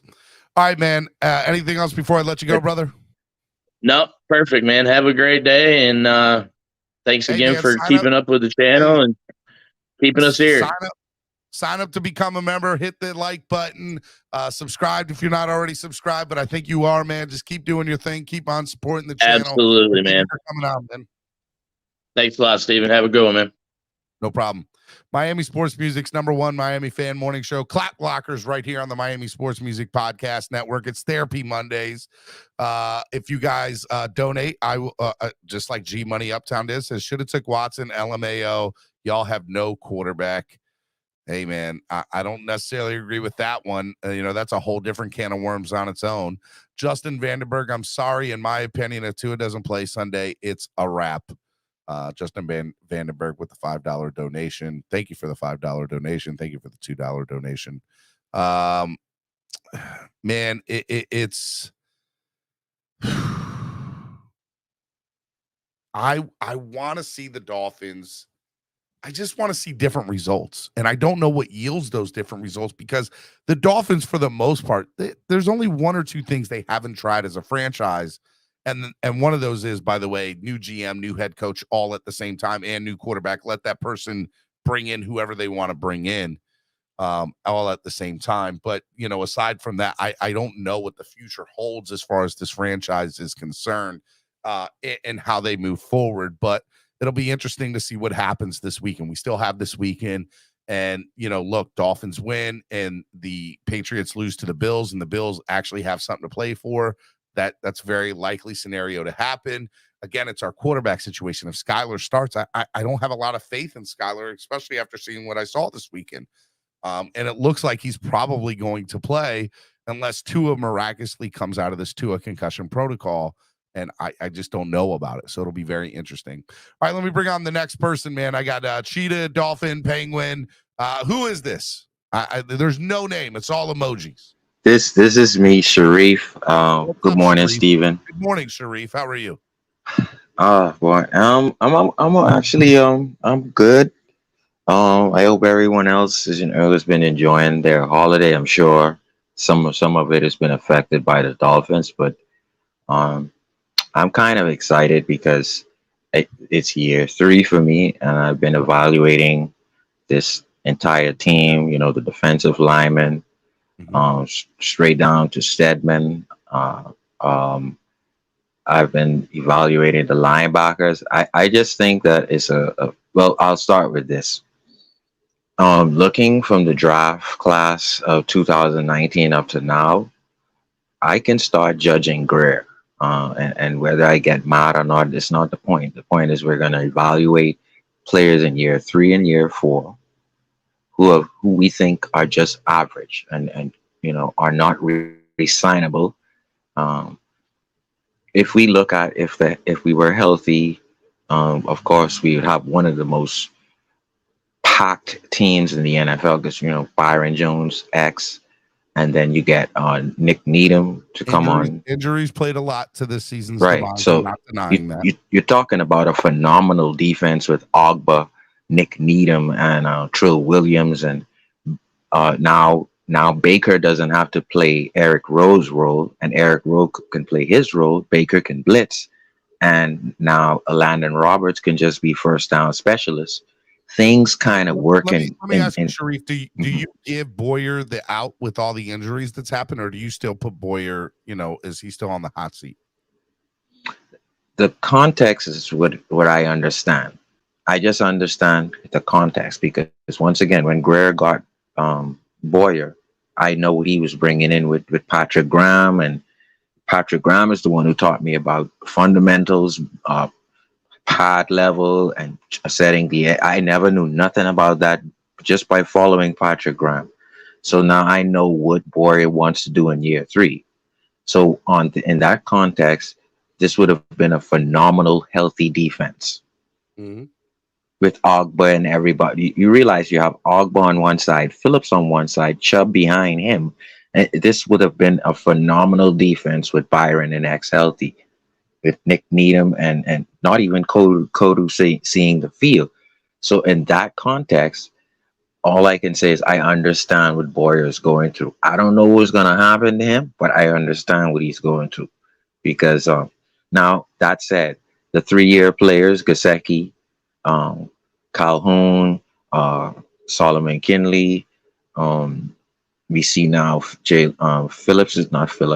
Christian Wilkins, Austin Jackson, Tua. We can say some of these players are signable or above average. Who else do we have on the 3 years? Our team is very young, so we don't even have a lot of 3-year players. Like Guavin, I guess. So a lot of our talent hasn't really sticked because some of them are still in the 2nd year, which really is a non-judgeable year because it takes about 3 years to judge these guys. So I'm excited because now I can judge these Van Ginkels of the world. I think he's above average, but not signable simply because we already have Ogba and Chubb ahead of him. Phillips isn't going anywhere. So I'm excited to evaluate this team. This season for me, 3 weeks ago, I thought that McDaniel was not seeing the room good enough. And he did see the room, but it was it was consequential because of Teddy needing a run game to help him. If he had seen that run game that he needed to help Teddy in San Francisco, I think he would have gotten a better outcome. He would have gotten lower attempts from Tua, but he would have gotten help from the running game, dumping it off. I saw like 4 dump off plays that what Teddy did that I absolutely never saw in the all 22 in 5 weeks from Tua. If Tua could just, I don't know if it was McDaniel saying not to dump it off and try to go deep, but Teddy extended plays just by dumping it off out of the backfield. Teddy has a broken finger at this point, and again, he can't stay on the Nope. field any more than Tua can. But in that, I think what that says to me, once again, evaluating Tua, he is honest, and he told us he couldn't see over the line, and I can see once Connor Williams and a Robert Hunt stands up to protect him, he's not going to see Raheem Mostert floating, dumping over the middle. He's just not going to see him. So this is why Tua would outlet to a wheel route instead of outletting to a dump off. Teddy is 6'3.5". I just want the fans to get a little context into why Tua is 6'6.5". He can't see over the line. His dump off is to the left or to his right. Teddy's dump off can be right over the middle because he can see. Right. So that McDaniel has to figure that out with Tua. That's my point. When it comes to the development of Tua in his 3rd year, I think Greer made the right pick because Justin Herbert was erratic. You think that Tua was the right pick? Yes, because Justin Herbert was erratic enough where we were afraid. Yes. Body type. After all, hindsight being 2020, it's my opinion. I disagree with that wholeheartedly, man. You know, and here's the reason, right? Like, again, I'm not saying Tua's a bad player. I'm saying Tua can't stay on the field, and his shortcomings obviously don't help him either, right? And the context behind that is we tried to get Brady in 2019, and then we settled. We tried to get Teddy Bridgewater, and we settled for Fitz. But in settling for Fitz, you knew that Tua needed a year to heal. So you really wanted to transition with Chan Gailey and Fitz. We saw how that worked when Fitz cried week 7 at the press conference. Right, but this is the context behind it. So we knew that would have been Herbert but Greer was working in a premise. This guy is going to sit. This is Fitz's team. That blew up in his face and Flores' face. That's the context. But go ahead. Because you know that's the context, but I wanted to remind everyone that was the context behind Greg. Like, here's the reality of the situation. Tua, with hindsight being 2020, okay, with hindsight being 2020, Tua is not the answer in any way, shape, or form. Justin Herbert was the better pick, especially with hindsight being 2020, because Herbert has stayed on the field. Herbert is in the playoffs this year. Herbert's been in the playoffs twice now, if I'm correct. And Rookie of the year. Like he's the 10 times better pick. He's the prototype, but he came out erratic. Jordan Love came out even less erratic than Herbert. I wanted Jordan Love. Me personally, why did I want a Jordan Love? Because I know I could get Jonathan Taylor. We still don't know anything about him except he had one good half game so far with guys in the comments. They're about to make the play. You know, there's a good shot Green Bay makes the playoffs, you know? Right. And so once again, this is the year where we can judge our players because this is a young GM. We have a young team. All right. So hold on. Let me break this down. Is it of your thought? Do you think that Tua should be here next year? Yes, because no way. No way. Let me give the reason why. I have to look in the prism of Greer, meaning I have to believe in Austin Jackson because Greer does, right? I have to because I'm a Dolphin fan. So he isn't worked out. Austin is below average, right? I think Tua is above average. Now, what does that say to me? He can run. He can give you about 250 yards a season. That's escaping out of the pocket. He's not running plays for him running. I get that. So, but his skills in terms of dumping off or outlets, checkdowns, that's cut off from a short guy like him. They have to figure out how his dump offs can be easier for him to, because if he's getting blitz or if there's a free release within. I'm going to interrupt you. Mhm. Tua can't get an offense that's easier than the one that he's currently in right now. If you cannot win with this team currently as is on the offensive side of the ball, you can't win a football game. You are not the guy. Number two, Tua cannot stay healthy to save his life. Love the man. I'm not talking about the man as a man himself. I'm talking about as a player. He can't stay healthy. He can't stay on the field. And if I agree with on the field, how can you help our franchise? I agree with you. He has been in the league, plus his last couple of years in college football, he has not stayed healthy. So I agree. He's not reliable. I agree with you. I heavily agree with you. Why? And this is why, once again, if I'm in the prism of Greer and now McDaniel, I have to believe in Skylar. A bullet is in the gun. Why I say Alex Smith, Patrick Mahomes, and I saw this before the 3 head injuries. I saw, if you're giddy over Javon Holland and you're giddy over Connor Williams and you're giddy over, you get what I'm saying, Jalen Phillips, and some of these, you're giddy over Koru. I must tell my fan base, you have to be also giddy over Skylar. And why do I say that? Because if Tua gets casually tackled and he casually falls or he casually slides and just tips his helmet to the grass, that could mean the 4th documented concussion. And what does that mean for us fans? We have a bullet in the gun called Skylar. I believe in Skylar simply because Greer. Yesterday, you still believe in Skylar? This is why I said you can judge players in their 3rd year. I see Skylar taking over at the end of next year. If Tua falls casually one time next year. So hold on. Mhm. I have a lot of I understand this is your thoughts. I hear you. I'm debating with you. Here's the problem with a lot of what you just said. Number one, when healthy, this team can win today, can be a contender today when this team is healthy. Yes, I agree. You put the right quarterback in there, whoever that may be, they're going to give us an opportunity to really bring in or to have a chance to be a contender in this league. The reason that Tua is not it is there's a couple of reasons, but most important, I have a couple of reasons too. He can't stay on the field, right? He can't stay on the field and he can't see over the line, and his dump off perimeter is limited. Okay, so you're making you're helping me make my points for me. So I agree with you. Because of that, Tua does not get a chance next year with us. I'm sorry, he doesn't. He doesn't. If you're the GM, that's what you're saying. 100%. Okay, well, I'm saying he's going to get casually tackled next year through 15 weeks.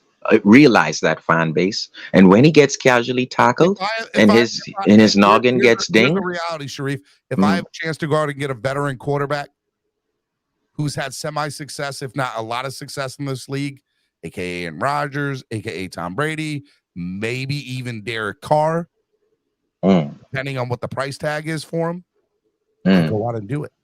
And if I can't get any of those 3 guys, then I remotely consider Lamar. Although the biggest problem with Tua is staying on the field. Lamar has the same issue. So why would I go trade another quarterback that can't be on? And look, Lamar is 10 times better than Tua. I get that. I'm not denying or debating that.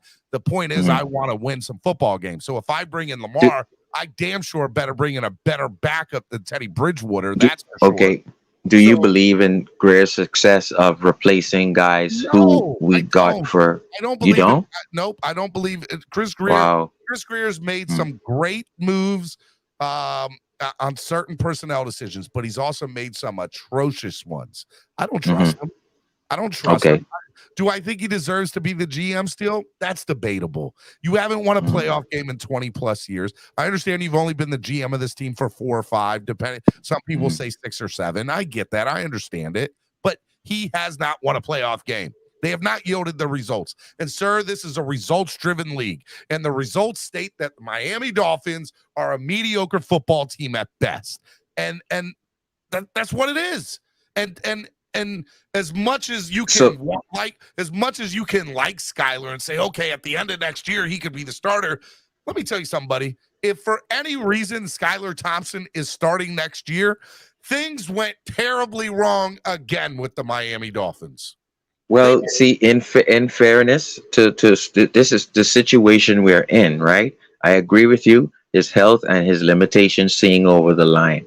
But my other thing is, I'm factoring in he's going to he's going to slide or get casually tackled at least once next year, and he's going to hit his helmet just casually, his softly hitting the grass, and then two is going to be dinged again. But what I'm saying is, give him that fourth year to try. I'm also saying if I see McDaniel and Greer is giddy about Javon Holland, just as giddy as they are about Skyler, I have to look in the prism of Greer. I understand if you were the GM, Steven, your rat's off a ship, you'd want a clean house. And I would a timeout. I hate that saying rats off a ship. I with Greer's decisions and Tua. I'm not. Why does it have to be rats off the ship like that? It's such a negative connotation to put it like that. Well, okay, well, I'll say I'll say you want him to be a backup. You'd want him to be a backup. Who? Tua next year. Tua better not. If Tua's here next year, with the all right, one exception to this rule, or one exception to my statement here. The exception is Tua comes in and has won a playoff game for us. If Tua wins a playoff game for us, that is the only exception I will give him to come in next year and be a starter in this league, or with understood. Us. With us. And so I'll give the reverse of that. I would say that Stephen Ross right now is contemplating eating 3 years of McDaniel's contract and cleaning house, because then it would be easy to just move. And Sharif, I think it would just be easy to move Boyer and move McDaniel and bring a whole new guy system in, maybe Sean Payton. I think that should be on the table. I think all of it should be on the table. And big, I tell you right now, if we don't make the playoffs, that's what I'm saying. If we don't win a playoff game, it still should be too. And guess whose nucleus is still young and talented if a new coach was to come in a clean slate? Okay, so that's why I say I expected this 3 weeks ago, because I saw McDaniel couldn't read the room and keep his running game complementary with his defense. Certain things he could not do. Sharif, I got a whole bunch of people in the back room. Yeah. Let me just get. I'm gonna get. Sorry, guys. But like I said, it's biting us in the butt. I'm not surprised. I had a lovely holiday, and it is what it is. 14 injuries to starters. Let's see what happens next year, guys. But like I said, could be a firing if we lose, because it's 6 in a row. Terrible firing. Ross will be coming down in his black suit. Thank you. Take care, man. All right, brother Sharif. I appreciate it, man. Have a good one. All right, Miami Sports Music's #1 Miami fan morning show, Clock Blockers, right here on the Miami Sports Music Podcast Network. Over 130 of y'all in the building. Hey, share this link. Let people know that we're here. We want to get more people watching. Share the link. Let people know that we're here. And make sure you hit that like button and donate to the channel. If you want your comment to get on, do a super chat. Donate to the channel. Help the channel grow. Let's do that. All right, next guest. He's a GOAT in the community. I love him. He's my brother from another mother, Mr. TD Phins Talk. Good morning, TD. Good morning, Steven. I don't know if it's a good morning, but it's a morning nonetheless. I woke up this morning. I guess it's a good morning because I woke up. It's a great morning. Why is it a great morning, TD? Any morning where we're closer to getting rid of Tua is a great morning. Every morning we get. All right, man. What is let's start with the game yesterday, TD. What was your thoughts of yesterday's game? It was what it was. I mean, this team wasn't equipped to do anything more or anything less. They did exactly what they were gonna do. Teddy was Teddy. I don't know why we mad about that. I'm not. He's exactly what I thought he was. And anybody who tried to tell you otherwise, Pete, they were just telling you wrong. They were telling you very wrong about Skylar Thompson. Well, and Skylar Thompson, his situation, that's the thing I can't stand. This community is just hypocrites when it comes to Skylar Thompson. Why is that? You're one of them, Steven. I'm asking you, why am I a hypocrite? Well, let me show you. First of all, Let me ask you this question. Okay. If Tua wasn't injury prone and he played all 17 games this year, would we be in this situation? No, we probably would have we'd already have a playoff spot. Okay. So let me ask you a question. Mm-hmm. So basically Tua's good enough if he doesn't have injuries, right? He was good enough to get us in the playoffs. That much I know. All right, so what did all y'all say about Tua when he came back from that first concussion versus Pittsburgh and he looked horrible? What did y'all say about him? It was his first game back after 2.5 games out. It was rust. Let's just knock it off. Rusty, right? Rusty. Yep. So it's hypocrisy to me that Skylar Thompson, who gets no work with the ones, who doesn't get any reps, who's also hadn't played any games really, none of that's rust. None of that's stagnant or lack of preparation. None of that. But Tua, he comes back, and it was just a rusty game. And let me ask you a question. Mm-hmm. Did Skyler look as bad as Tua did versus San Francisco? That's an easy answer, Steven. I mean, did Skyler look as bad as Tua versus the Chargers? Nobody looked as bad as Tua looked, especially in that first half.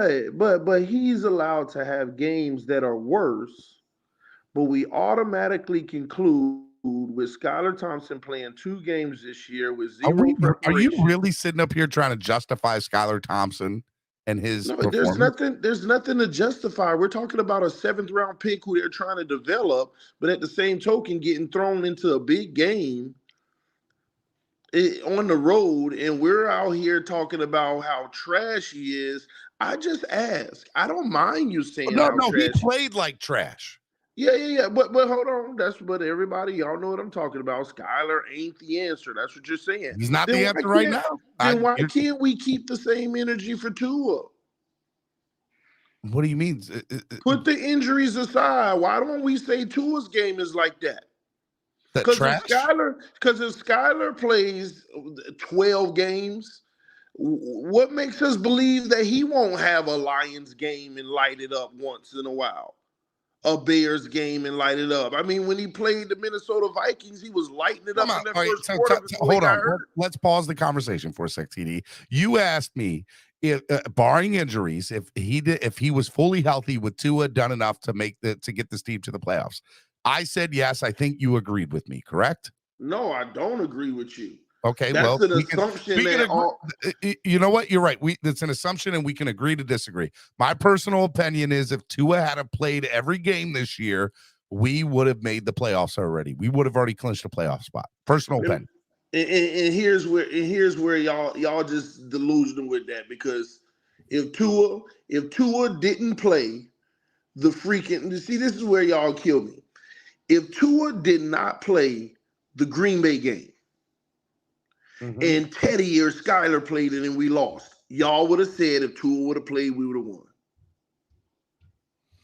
Y'all would have hands down said if Tua would have played that Green Bay game, we would have won. You know, again, that it's up for look. I'm not going to sit here and debate with you and say that I wouldn't have said something to that scenario. But you know your answer deep down inside. If Tua was missing versus Green Bay and Teddy and them put the same game up and threw 3 picks at the end, you and everybody else would have said if Tua would have played, that would have never happened.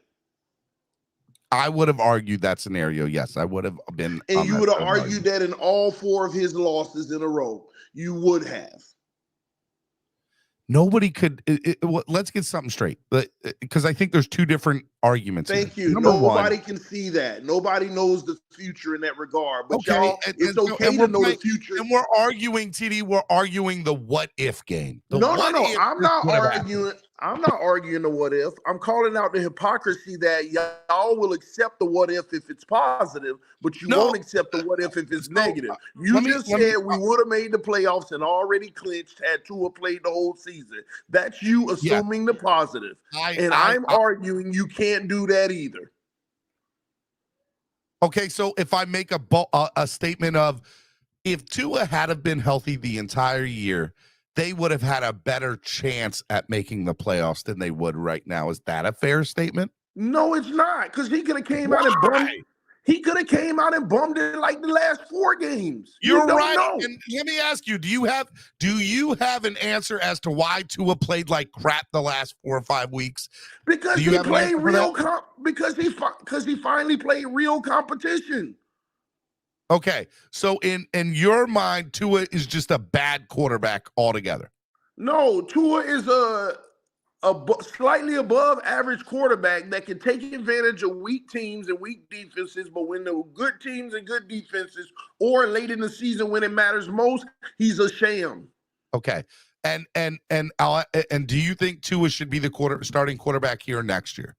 Absolutely not. But you and I are on the same page. You and the results are going to yield the will same. Screw it up. I don't think that he should be. And I will say that there is one exception to it, and that is if Tua comes in and wins a playoff game, it'll be against a good team, TD. Then he should then I will at least allow the ownership or front office that if they say, okay, we're going to give Tua another year, I'll swallow my pride and be like, all right, well, the goal was to come in and win a playoff game, and he did that. So what am I saying? But I don't see that happening in any way, shape, or form. So with that being said, I don't think Tua should be here next year. I agree with you. Okay, so the results are going to yield. So let's forget about something for a second. Before I go into next season, let's just talk about this week coming up. Skyler's probably going to start against the Jets. Mm-hmm. Do the Miami Dolphins beat the New York Jets with Skyler Thompson? It depends on the circumstance. If Skyler gets full preparation, which he should, that is a good thing working in our favor. But once again, will he have Teron Armstead like Tua always does? Will he have the O-line? Do you see what I'm saying? If you're going to look at PFF, the worst grades of our O-line is when Armstead doesn't play. But Tua never had that luxury of no Armstead he never had that situation of no Armstead except one time. And that okay, and when I'm asking you about Skyler, TD. Yeah, I'm telling you, Skyler is going to need a competent line just like Tua. Okay, and my opinion, I don't think we can blame any of these losses on the offensive line. Just not going to do it. The offensive line played good enough to win the game. Steven, do you realize that when we first played the Jets the first time, our offensive line was the worst rated in the entire NFL all season? 100%. I'm talking about had a 3 rating. I'm talking about right now. The offensive line is not the issue right now, and nor has it been the last 5 weeks in this losing streak that they've been losing. Well, I understand that, but at the same token, yesterday the offensive line did not play exceptionally well. They didn't play horrible either, TD. Yeah, but in that second half, you notice why we stopped running the ball?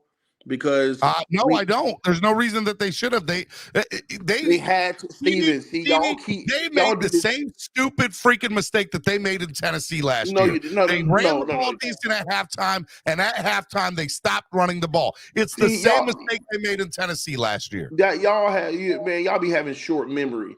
Mike McDaniel was still trying to run the ball in the second half. It's just that this time on first down, it was no gains every chance they got. When you look it up, Raheem Moser rushing 9 carries. So how many did the other back have? Jeff Wilson had 15. I have no clue why Jeff Wilson had more carries than Raheem Moser, because every time Raheem got the ball, in my opinion, had a better opportunity of busting out a run better than Jeff Wilson. It is amazing to me. Steven, go to the second half. I'm asking you to go to the second half of the game, go play by play, and go look at the offensive production when we did hand it off. It was bad. As soon as we lost 2 linemen, it was a wrap. Mike McDaniel knew he was wasting plays trying to run the ball in the second half when we lost 2 linemen, because now we got guys out there that didn't even have any preparation. So what did he do? He tried to put Skyler in a shotgun so he could see the pressure coming and not waste plays trying to run the ball in the second half.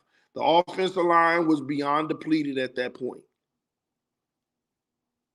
So in your mind, If we when would have ran the ball, when Kendall Lamb went out of the game, it changed the entire complexity of how the offensive line was done because you had to put back in what's his face, and then Brandon Shell get hurt? I think it was Shell. yes, he did. I don't know how long. I don't know if he came back, but bro, we were down to our third or fourth left tackle. Yeah, fourth on the year. And look, let me say this: I'm not saying that didn't contribute to it, but in my opinion, we still like yesterday's loss was a few different factors. Number one, Jason Sanders missing the field goal hurt, right? Number two, Teddy's pick six didn't help. Number three, and I'll agree with you, Skyler's rustiness. He just came into the game. He didn't really get a chance to really fill it out, but it's the NFL. When you come in, you got to be prepared to come in. I get that, Steven, but at the same token, the entire game plan would have been different had Armstead played. We would have actually ran the ball more. There would have been better protection. This is just the reality. I mean, what do you expect from Skyler anyway, a 7th-round pick that literally had no like when we play the Jets this week? I'm not saying that Skyler not getting first team reps and not getting practice time plays a factor into how good or bad he plays. I'm not saying that. All right. That last touchdown drive. Hey, look, if we had that field goal back, that would have been a game-winning touchdown drive, right?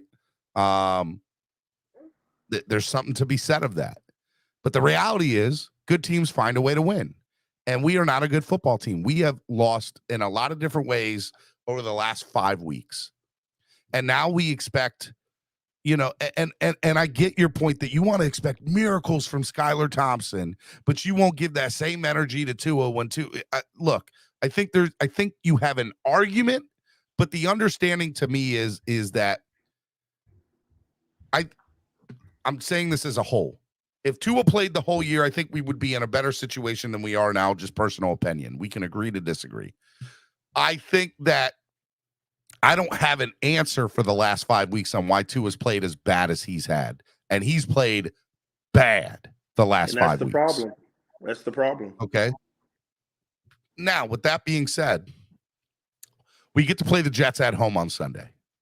And we have to rely on Skyler. Now, according to your thing, Skyler's going to get all the first team reps this week because Teddy's got a broken finger. He's not going to play. So Skyler, odds are, is going to be the person that's getting all the first team reps, all the practice time, all the game film. He will be the man in the house getting all the reps this week. Okay. Unless Tua somehow comes back and it'll be a miracle. We will win if Teron Armstead plays with him. Okay, well, if we win the coin toss, we'll win. Let me put it that way, because we didn't win the coin toss on Sunday, and we have every game we have lost. We have not won the coin toss. So if we win the coin toss, we're winning the game. I'm one of the believers in that too. But if Skylar Thompson gets the full week of preparation and Teron Armstead is available to play to stabilize that line a little bit, Skylar Thompson and the Miami Dolphins will win Sunday. Okay. All right. Now, I don't know if it'll be good enough to get us in the playoffs. Well, I mean, my opinion is Bills will be playing for the 1 seed, and they will if they win tonight. If they win tonight. No, I think even if they don't win tonight, they can still play for the 1 seed. No, that's true, but here's the issue with that. If the Bills lose tonight, they flex the Chiefs game to Saturday. Which I hate. Yeah, me too. Because now the Bills will know if they have a chance to win, and everybody know the Chiefs gonna win Saturday night. And when the Bills already know that, they are going to sit their starters. But if the Bills win tonight, then Saturday's game won't matter.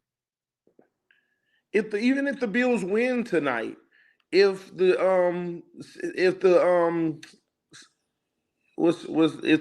Chiefs win Saturday, they can't they can't be the first seed anyway, I don't think. Can they? Right now the Chiefs are in the first place by a half a game. If Buffalo wins tonight, never mind. So it's just a matter of if the Bills win tonight. Correct. And if the Bengals win, we want the Bills to win. then we're screwed. Yes, we want the Bills to win tonight, which sucks. If the Bengals win, then we're screwed. But we will win Sunday. If Armstead plays with Skyler, we will win Sunday. And I got a question for you. So if Skyler goes out there versus the Jets in the last game of the season, and he puts up a Tua Lions game. Okay. Skyler? Let's just say over 300 yards, 3 touchdowns. Let's just hypothetically say no picks. I don't know. Mm-hmm. He puts up a phenomenal game and balls out.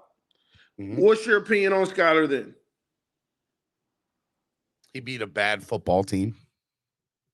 The Jets, who had one of the top 5 defenses in the NFL. That's funny, Steven. You see, there ain't no – it is what it is. It is what it is.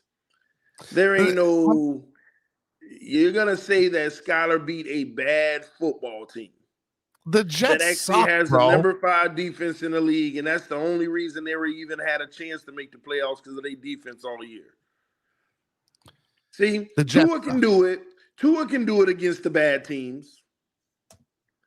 But and we could call him an MVP candidate for doing it against the bad teams. He was an MVP candidate at 8-3. Yeah, doing it against like it was like we were making something up. The man was a MVP candidate at 8-3. Doing it against the bad teams. Don't forget that. Okay, that's fine. Whatever. Yeah, but man, the hypocrisy is real in the community. The hypocrisy is real. It doesn't matter. Skyler can come out there and put up the best game of the season, better than Tua ever did, and it still wouldn't matter. People would say he beat up on a bad team when they got the top 5 defense in the NFL. This is the hypocrisy is real. All right. So now let me ask you. So Skyler does that. Is Skyler start against the Chiefs in the postseason? You should. Okay, but they won't. Because you know why? You know why? Because the Chiefs aren't the Pittsburgh Steelers, and you can't afford to say Tua was out for a while. He was just a little rusty. Does McDaniel make that move and say, well, because I think let me say 2 things. If McDaniel makes that decision to start Skyler over Tua, okay, then the writing's on the wall. Tua's out the door. McDaniel gets another year no matter what, because then he has said to the world, I am going with Skylar Thompson because he gives our team a better chance to win over Tua Tagovailoa. McDaniel wouldn't be allowed not to go with Tua because Greer and his reputation is built on Tua. No, McDaniel's situation is built on Tua. Greer too. Greer. Now, are you of the mindset that you believe that McDaniel was told, do you want Tua, yes or no? And either way, you're going to get the job. You just need to tell us if you're going to stick behind with Tua or not. No, see, yeah, something like that, because they played coy. When Stephen Ross said our next coach will determine our quarterback, that was a bunch of crap. When they interviewed all the coaches, you sound muffled. We got their thoughts on the quarterback, and they went with the one who was more favoring Tua. You sound muffled, TD. Can you hear me? Yeah, better.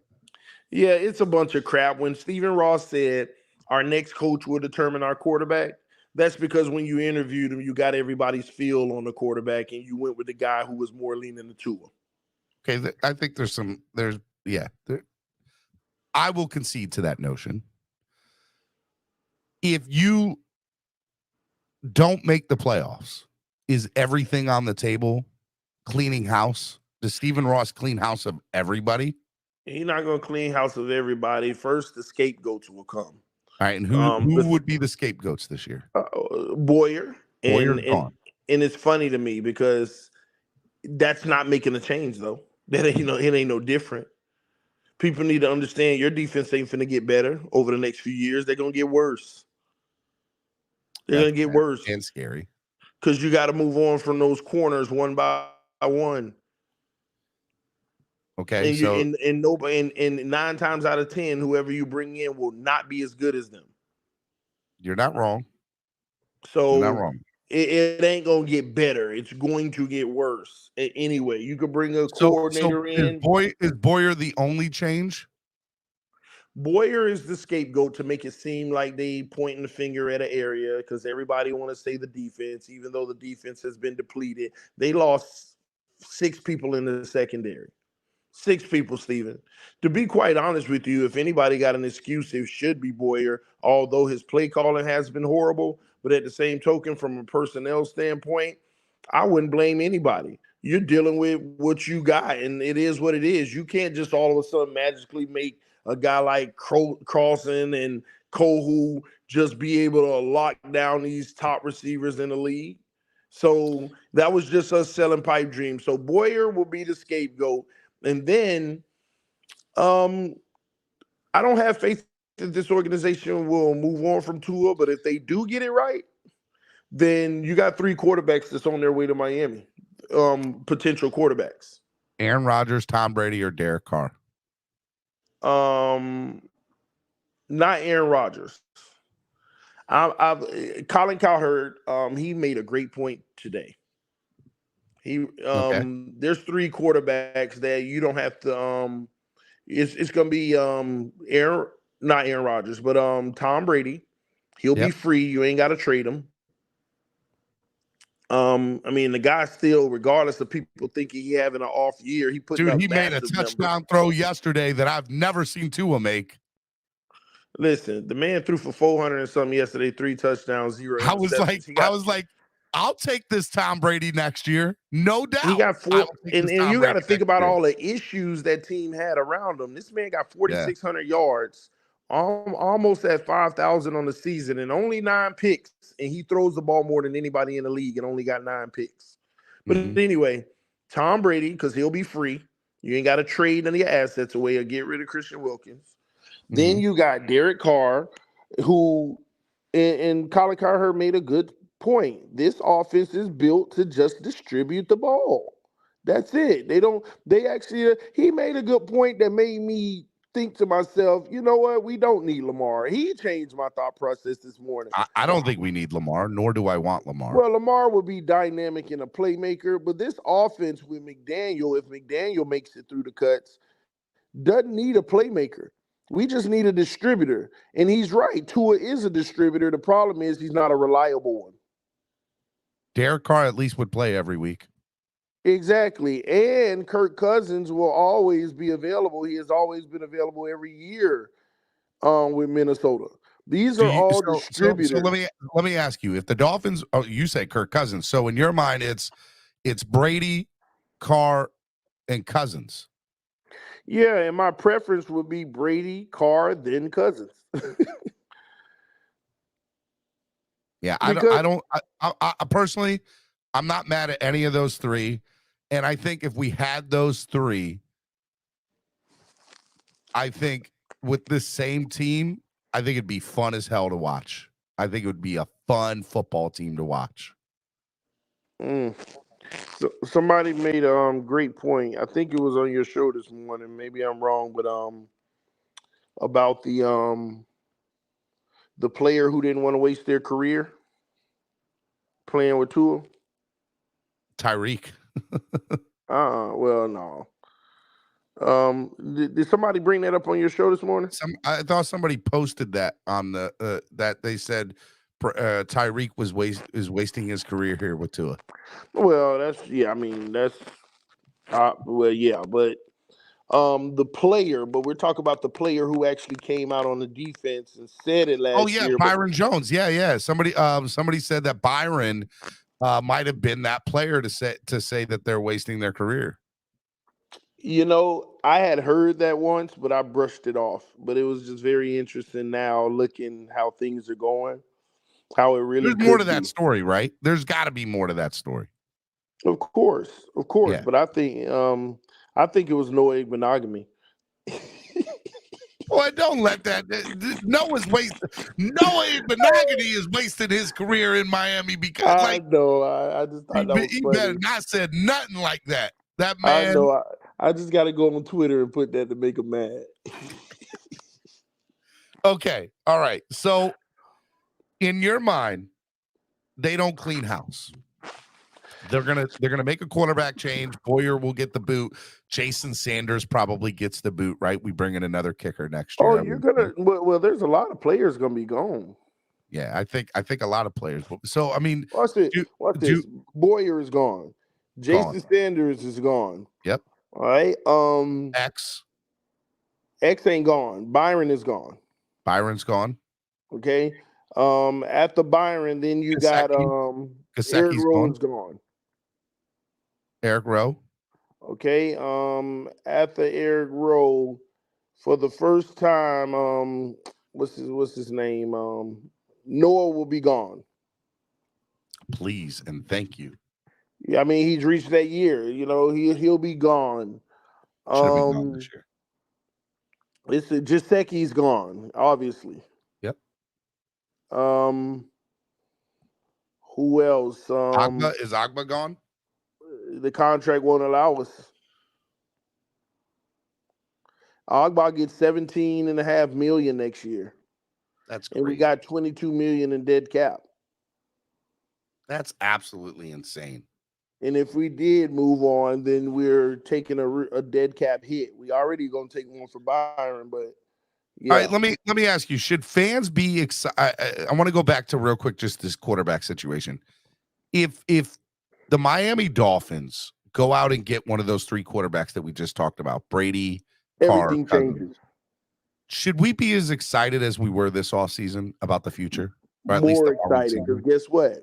Now you can start to shift what I'm saying. If you go get Brady, Byron may not be gone. He may not be gone. It's stuff like that that may change the whole trajectory. And Brady's going to bring in 2 O-linemen with him. Because the one thing you're going to do for Brady, if you are going to bring him in, he's going to demand to have input on his O-line. So he bring in 2 guys with him to go with Armstead, Connor, and Hunt. So you're going to get you a left guard and you're going to get you a right tackle. Matter of fact, you're going to move Connor back to left guard and Brady going to bring one of the centers he loves with him. Boy, I would be very happy with that. That's what's going to happen. Brady will bring his center with him. Brady will, because you saw the center this year just came back because Brady told him to. Brady going to bring his center with him. Gronk comes back. Huh? Gronk comes back. He plays with Miami. He may, because Gesicki will be gone. He may come back. Boy, now you get me excited, TD. Don't do it. No, I'm just saying, man, this team need to do something to get everybody excited and stop playing these games of hope. At the end of the day, if we got Tua going into camp next year. So I said earlier in the show, I don't know what the Dolphins should do. I know what the Dolphins should do. Now, will the Dolphins do it? That's the next step. And I don't believe that and that's the problem, right? Because I don't believe that Stephen Ross or Chris Greer are capable of making the correct move. I mean, I can't say that because they made the attempt already. And have failed every single time. Well, that was because of the whole Flores situation. It was all exposed. Okay. Do you think Brady is pissed off at the Dolphins, though, and that he just says, screw it? Not at all. Not at all. Yeah. Brady was in cahoots with it all. Brady wanted it. Brady showed up to the yacht, but Brian Flores wasn't there. I mean, Stephen Ross offering ownership, bro. He talking ownership and stuff. That's the back table stuff that once you're done, you get ownership stake in the team.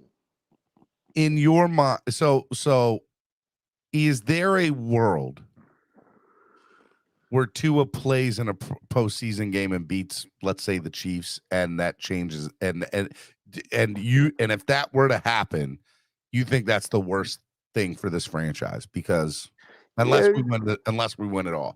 Yeah, it's fool's gold unless you win it all. At the end of the day, we've seen quarterbacks. I mean, let's just take Jimmy G. Demand them into a Super Bowl, an NFC championship game, and they still trying to move on. So it's been fool's gold for them, right? Yeah, you're not wrong. You're not wrong. It's been fool's gold for them. So, I mean, at the end of the day, we know what Tua is. He has the potential to go on some runs and some good play and spurts against bad teams, by the way.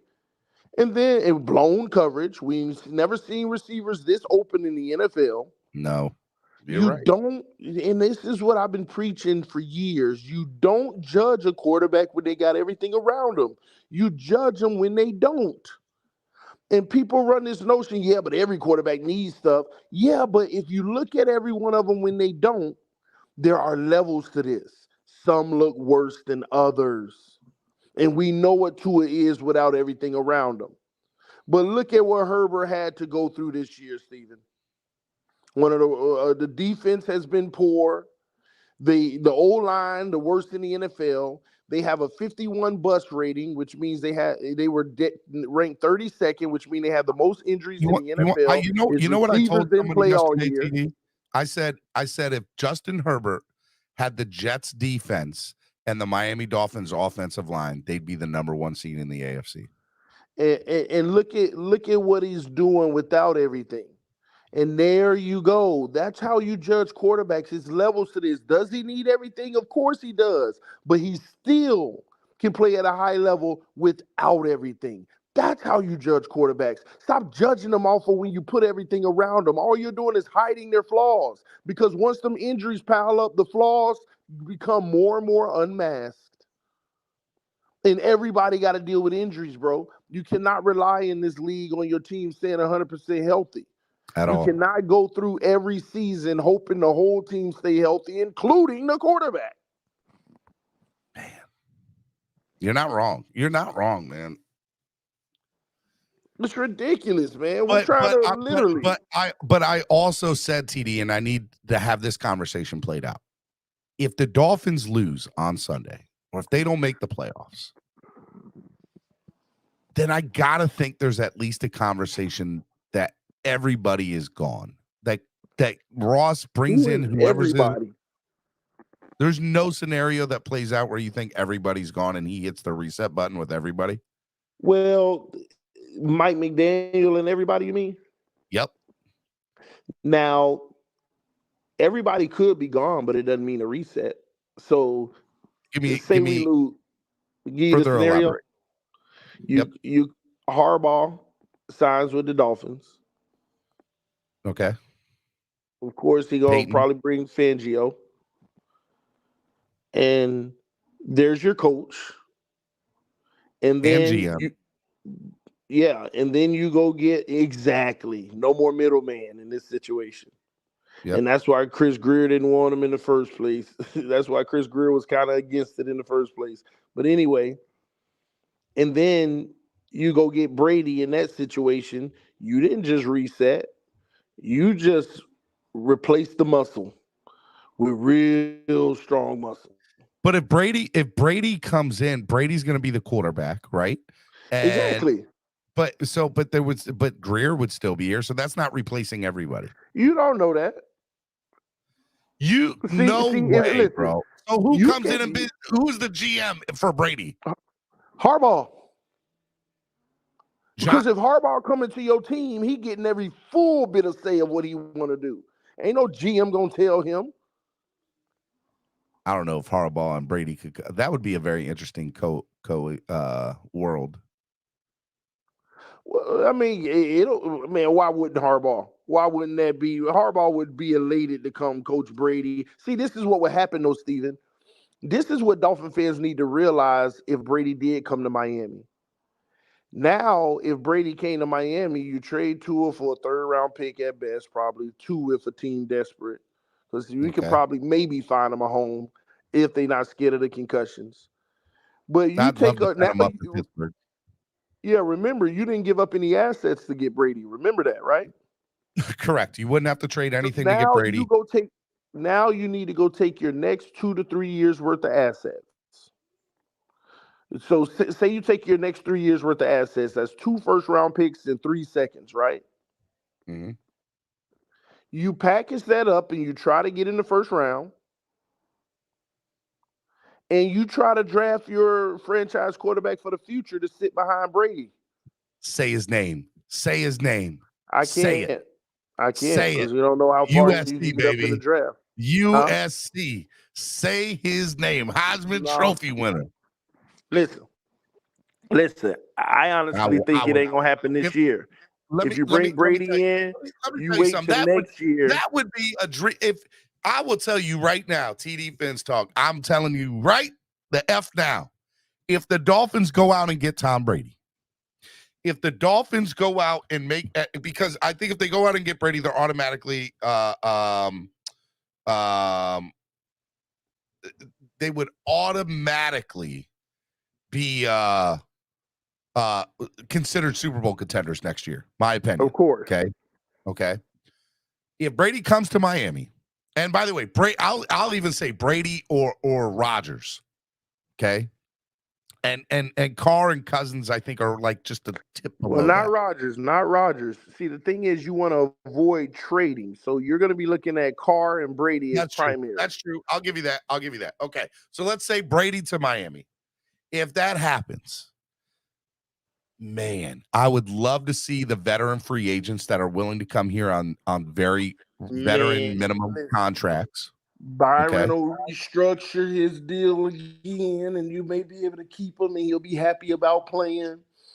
Then you could probably go afford to actually go get a real linebacker. Yep, and so you have Brady, all that at this point in his career, probably will take a 3-year, $80 million contract, and then backload it. Are you telling me that the solution to the Miami Dolphins problems has been the guy who's killed us for 20 years? Yeah, but you shouldn't be mad at him about that. You should be mad at us by not being able to stop him. So now you're going to get that guy. Dolphins fans be looking at that backwards. Oh, I hate Brady. You hate him because he beat you. That's the same. So in your opinion, Brady gives us the best chance at a Super Bowl in the next 2 years? Absolutely. I mean, when you think about what it'll take, because look at Lamar, you got to trade tons of assets. Brady is going to come free off the market. You ain't giving up no assets. You ain't got to move on from Christian Wilkins to make something like that happen drastically. And Brady's going to make sure you got a good O-line. Finally. Because Brady ain't going to come here without no, that's not going to work. Yeah, they going and Brady the type of player, just like Tampa Bay with all them voidable years, he gonna come in and be like, give me a 6-year deal, even though it's only worth 3. And that way we can spread the money out on the back end, so I could be a $10 million cap hit every year. That's what Brady does. That's what he did in Tampa. Boy, don't let the Brady years come here. They did all those voidable years and stuff. You go look at his contract right now. You gotta come up with a cool name for him, TD. We can't. Brady years is that's not good. I don't like it. Man, listen, gotta come up with a cool nickname. Tom Brady. We don't need no years behind nothing when that man come. You cannot have your wide receiver be the best player on your team. Let that sink in. Let that sink. Nobody talks about that. But if your wide receiver, your quarterback needs to be the best player on the team. And if that ain't the case, then you're doing something wrong. Wow. Yeah, has anybody ever thought about that? We got our wide receiver as the best player on the team, better than our quarterback. That is backwards. And it shouldn't be. And that's part of the bigger issue we have. Because we got to force feed that wide receiver the ball just so that we can look competent. And that's what we've done, force feed Tyreek the ball.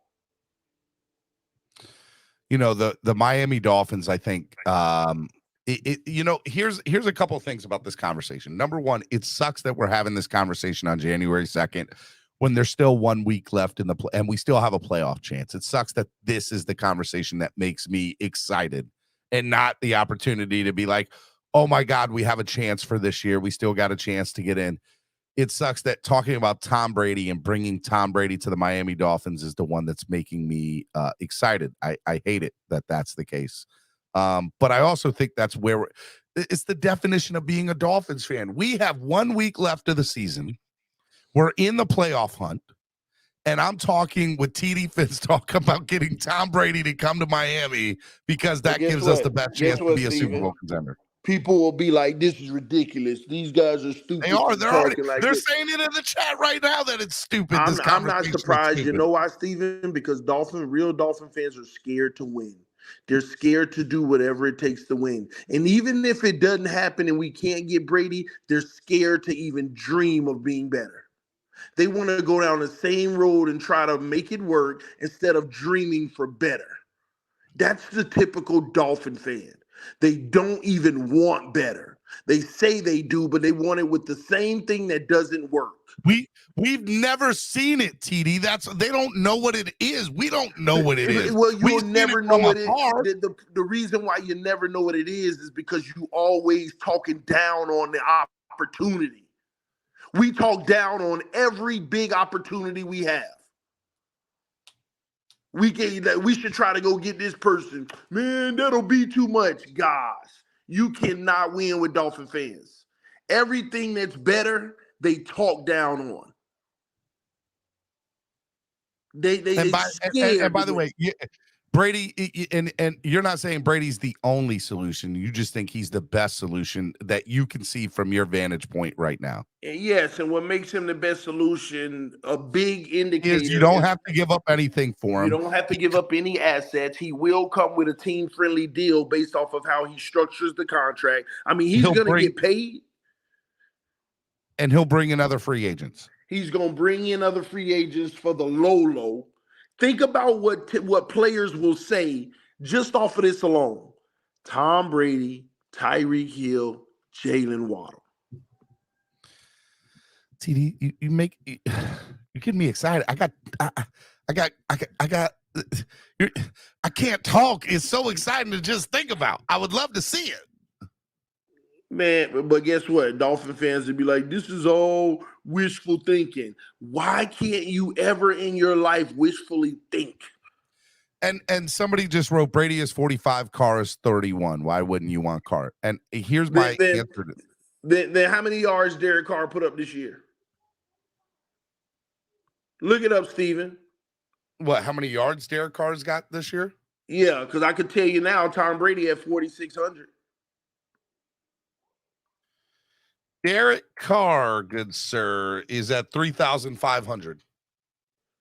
1,100 yards less. 3 games worth of yards less. Now go look at the interceptions. How many Carr got? Most in the NFL. Tom Brady only got 9, and he throws the ball more than anybody.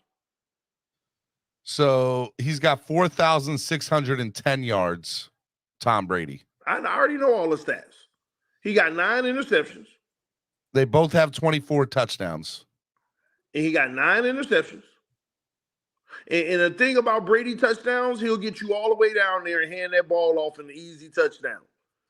Here's my problem. I don't think Carr is a long-term solution. Brady's not a long-term solution. Did you look at Carr's interceptions? Brady is coming here to help us win a Super Bowl in the next 2 years. Meanwhile, we can draft whoever the hell we want, and we have this, and we wouldn't have given up everything, which gives us more of an opportunity to go out and get USC quarterback. Somebody said Carr. Caleb Williams. TD, I'm telling you. Well, somebody said Carr has a no trade clause. It doesn't matter. They're going to cut him. Carr is going to get cut, and he's going to waive his no trade clause if a team is willing to trade, because he don't want to leave that money on the table. If a team willing to trade, that means he at least gets his money. So his no trade clause doesn't matter. They're willing to cut him because there's no dead cap implications. They can cut him and take no L.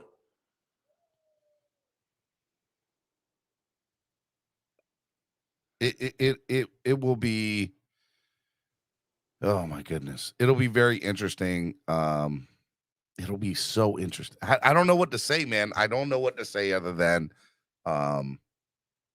it sucks again. It does suck a lot that we're having this conversation instead of, what can the Dolphins do to improve their opportunity to make a run at this thing. And I think the answer is we need to be honest about the situation that we're in. If we win on Sunday, what are we going to do in the first round against the Chiefs? I wish Tua was back last week. I wish he was back. I mean, I wish he was back this week. I wish he was back the week coming. I want Tua to be on that field, believe it or not, bro. Because I wanted him to play every game. I hate when he get hurt because I want. Me too. Because it leaves the question mark. It leaves the what if. And what we want is no doubt that he is either the guy or not the guy, right? And we're not praying for him to fail. It's just, if he's going to do it, let him do it. If he's not, then let him not, so we can move on and move forward with whoever it's going to be. Trust me, man. At the end of the day, what have Tua given you in the last 3 years? Heartbreak. Yeah, that's it. Every year. And even the past years. Bro, this heartbreak is bigger than any other, honestly. Oh, I said that yesterday on my tweet. I said this is, out of all the years of being a Miami Dolphins fan, this season is the worst one. I went back. I was like, you could talk about the 1-15 season, but in the 1-15 season, I knew that we sucked. I understood what we were. When we had the tank for 2 years ago, we stripped down that team. And even driving down through a hurricane to go watch the Dolphins lose week 1, 52-10 to the Baltimore Ravens week 1. I remember sitting there in the stadium saying, "This is, we're doing this because we want to change the future of our franchise." I was like, there was some about it there, but this hurts. This hurts because I was sold a bag of goods in the beginning of the year that, hey, Tua's going to have everything he needs. He's going to make that big. By the way, just for the record, he did make that step from year 2 to year 3. Just want to throw that out there. I wasn't wrong about that. He made that huge step from year 2 to year 3. No, he didn't. See, y'all are so fooled. It's crazy how fooled y'all are. No, he made the step, TD. He did. Step throwing to wide open receivers. The talent around him stepped him up. He improved from year 2 to year 3. Well, let me ask you a question, Steven. Did we not expect his numbers to go up just because of the talent alone? We did. We 100% did. And the conversation at the beginning of the year was that we can expect all we want. The question is, will it happen? That's all it did, though. His numbers went up because of the talent. You got a freak of athletes in Tyreek. Tua's numbers are on par. Look, Derek Carr is 3,500 yards. Tua's is 3,500. And did Derek Carr have his worst year as a pro just about? Yep, he did. Okay. And he got benched. And got benched for Jarrett Stidham. So, this is what we're comparing. He improved. The fact of the matter is he improved. And I said that. Yeah, oh my God. He's the same guy that literally got better weapons. That's it. Okay. Call it what you want. His numbers improved. Yeah, but before the season started, didn't we know that was going to happen? Isn't that what happens when you go get a Tyreek Hill? We expected it to happen. Isn't that what happens when you go get a Tyreek Hill? The fact of the matter, TD, don't sit here and justify. See, you can't even answer the question. You over there stuttering. I'm not stuttering. I'm trying to tell you what the deal is, man. Bro, his numbers were going to go up. Everybody knew that. Even his haters knew, his numbers will be better. Because now you got more explosive players. They get the ball in their hand and they making plays. They getting wide open. It's easier now. You don't judge them off when they got everything around them. And that's what we're doing now. You put everything around them. Do you think Tom Brady, this is my point. If Tom Brady had Tyreek Hill and Jalen Waddle, do you think he would have a historic year for himself? Oh, my God. I would love to see the numbers he would put up. Do you realize Tom Brady is on pace right now to having his third best season in yards? Imagine if he had Tyreek and Jalen. And that's my point. Even Brady's numbers may go up. Brady might throw for 5,500. Okay. I was trying to make an original point, and now I lost that because you argued with me. Because you're bringing up this foolishness, No, I'm not, you're TD. trying to give him His more numbers credence than he improved, deserves. dude. He made the leap. He made the jump. He ain't made the jump. The weapons around him lifted him up. Okay. He didn't All right. jump. Tomato, He was tomato. picked up. Tomato, tomato. Okay. It ain't tomato tomorrow. It's a difference between jumping and getting picked up.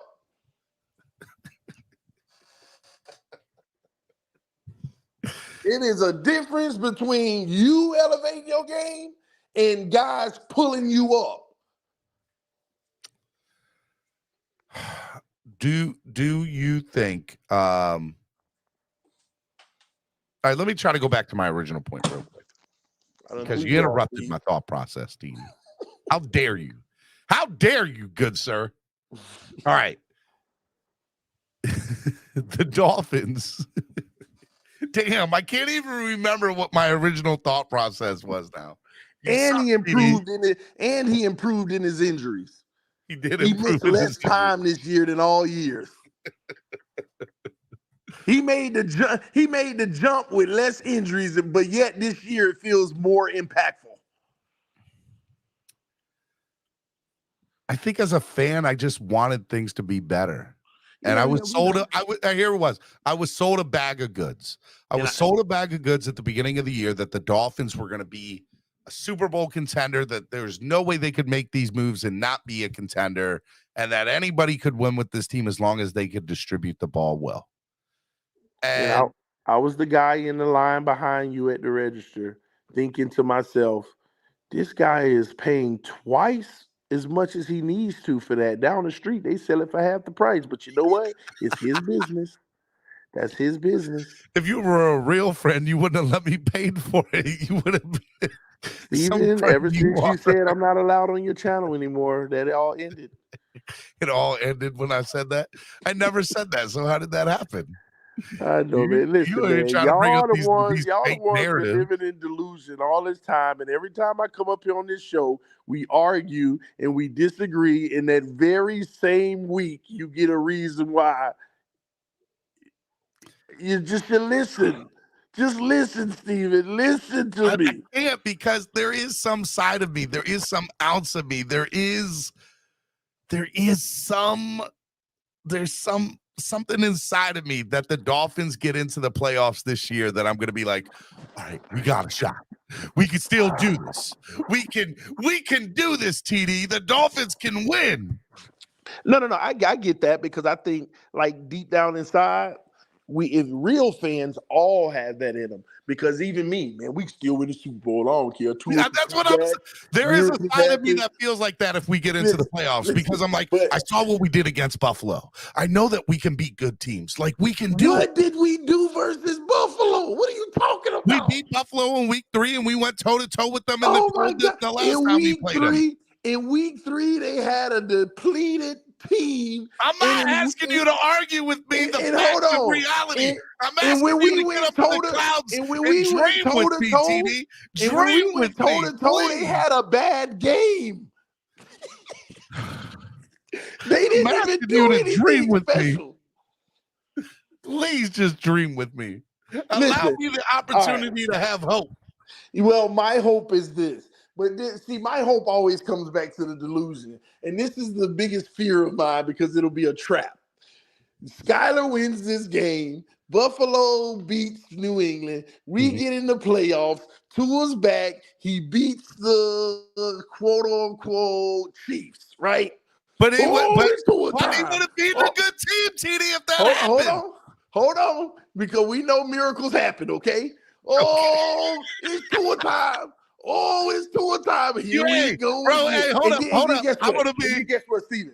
Next round. I'm going to be like this up here, baby. And Steven, next round we get beat 60-0 versus the Bengals. And but we beat the Chiefs. Yeah, but we beat this Tua time. Just imagine next year. Oh my Jesus. Dolphins pick up the 5th-year option. Now we're stuck. Now we're gonna suck for the day, because teams now understand us going forward. and we win 7 games the next year. And then we're talking about, man, but now we're stuck with the 5th year off. No, now it's going to be, all right, so this is what I tweeted yesterday. I said, fire everyone. I tagged the Dolphins in it and Tom Garfinkel. I said, same old horrible, stupid losing franchise for the last 20 plus years. Unacceptable. Hashtag fire everyone. Hashtag sell the team, Ross. Worst season in franchise history. Hashtag biggest collapse. That's what I said yesterday after the loss. I tweeted that out. But I also said Tua got one more miraculous moment in his career. And I'm so scared for it to happen. I done said that for 2 weeks, Steven. I said Tua got one more. I'm telling y'all, Tua got one more. Oh, it's Tua time. He gonna make everybody be like, he done proved it. See, this is proof. He got one more in him. And that is my biggest fear. We gonna be playing this. We gonna be playing this all week, baby. Yeah, I know. But you know what? But you know what, Steven? If that happens, he will have officially wasted our window with all of these great players under contract. Because once them 2-3 years are over, we ain't got none of them under contract no more. Now you out there looking for and plus he got to get paid and he gonna screw us over. So what? I mean,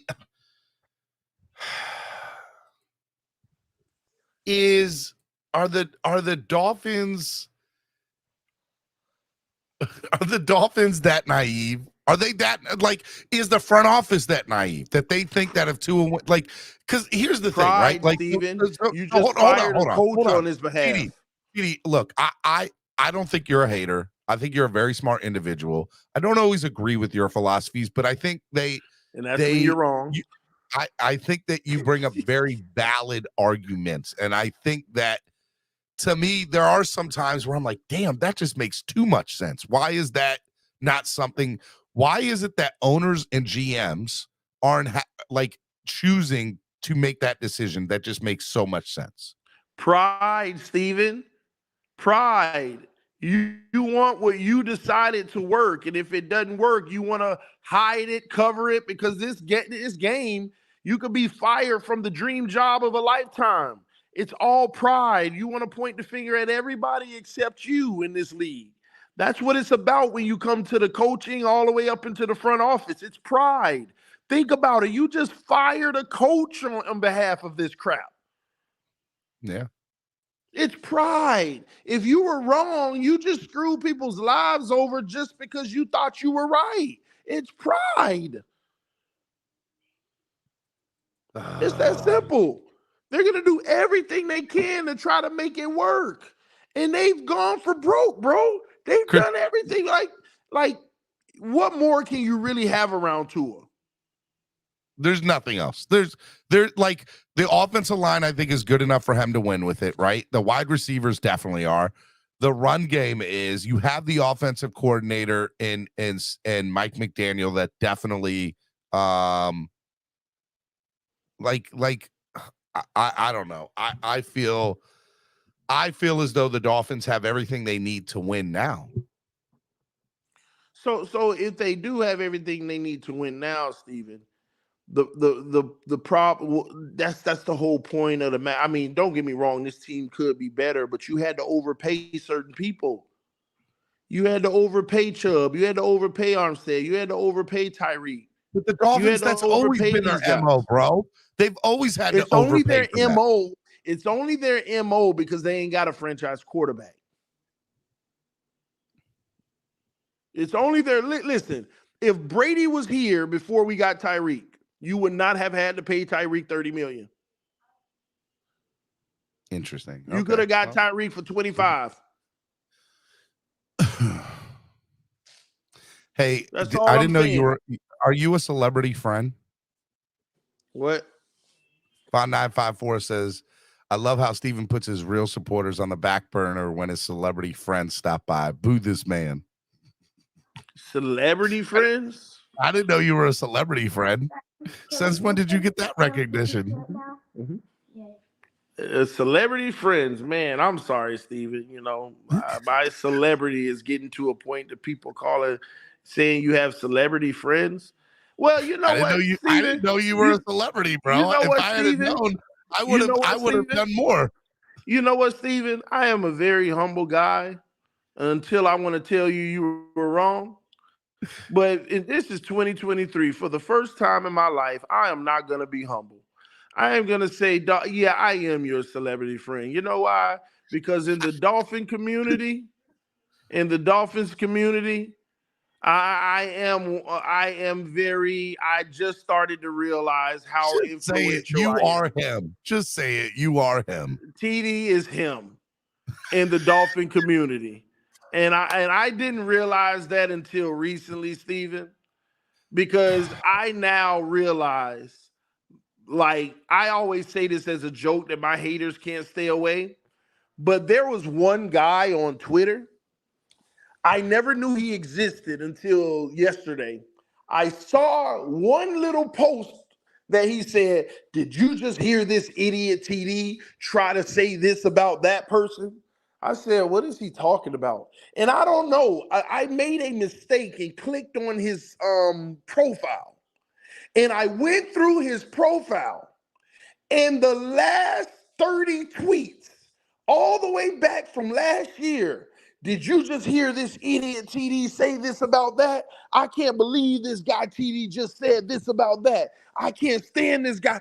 Dang, y'all are addicted to watching me and like critiquing everything I say. Like, if you hate me this much, why every week are you sharing to the whole Twitter negative thoughts about me? I am polarizing in this community, and I never realized how polarizing until now. I did not understand, and people don't realize it's only because of my supporters. They are the ones who make me, because they have tried to cancel me 50 times, and my Your supporters will supporters not tried to allow cancel them you. to. No, your supporters support you. Your haters tried to Exactly. cancel you. So when I say TD is him, you hear me? Yeah, I can hear you. TD Phins Talk community is him. And you know what? We're just as big as any beat writer. YouTubers are winning now. They know who you are, Steven. They know who you are.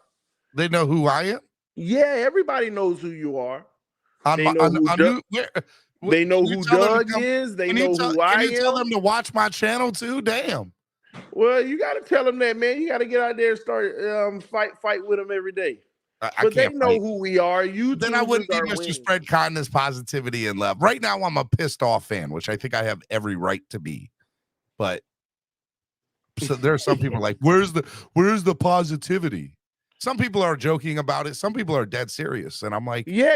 what do I have But to we be want to be positive for? My team. See, they don't want to be real, Steven. See, now with this team, they've been yelling about positivity all season, right? Now, what did this team give you? Nothing. Did they give you a positive result? They gave me the same result they've given me for the last 20 plus years. Exactly. So now go take it out on your team, and it makes those who are giving negative takes right, because that's what this team does to you. You want positivity because you want to be lied to. But if I had a lying platform, I don't believe that. I think there. So, all right. When I they make want to be lied to. hold on, TD. Hold on. When I make a statement, TD, good teams find a way to win. Do you agree with that statement? Yes. Okay. Do you think though that the Miami Dolphins, with the weapons that they have on paper, are a good team? Do I think what? Do you think the Miami Dolphins, with the weapons they have on paper, are a good team? With or without injuries? Without injuries. Yeah, we're top 5 in the NFL.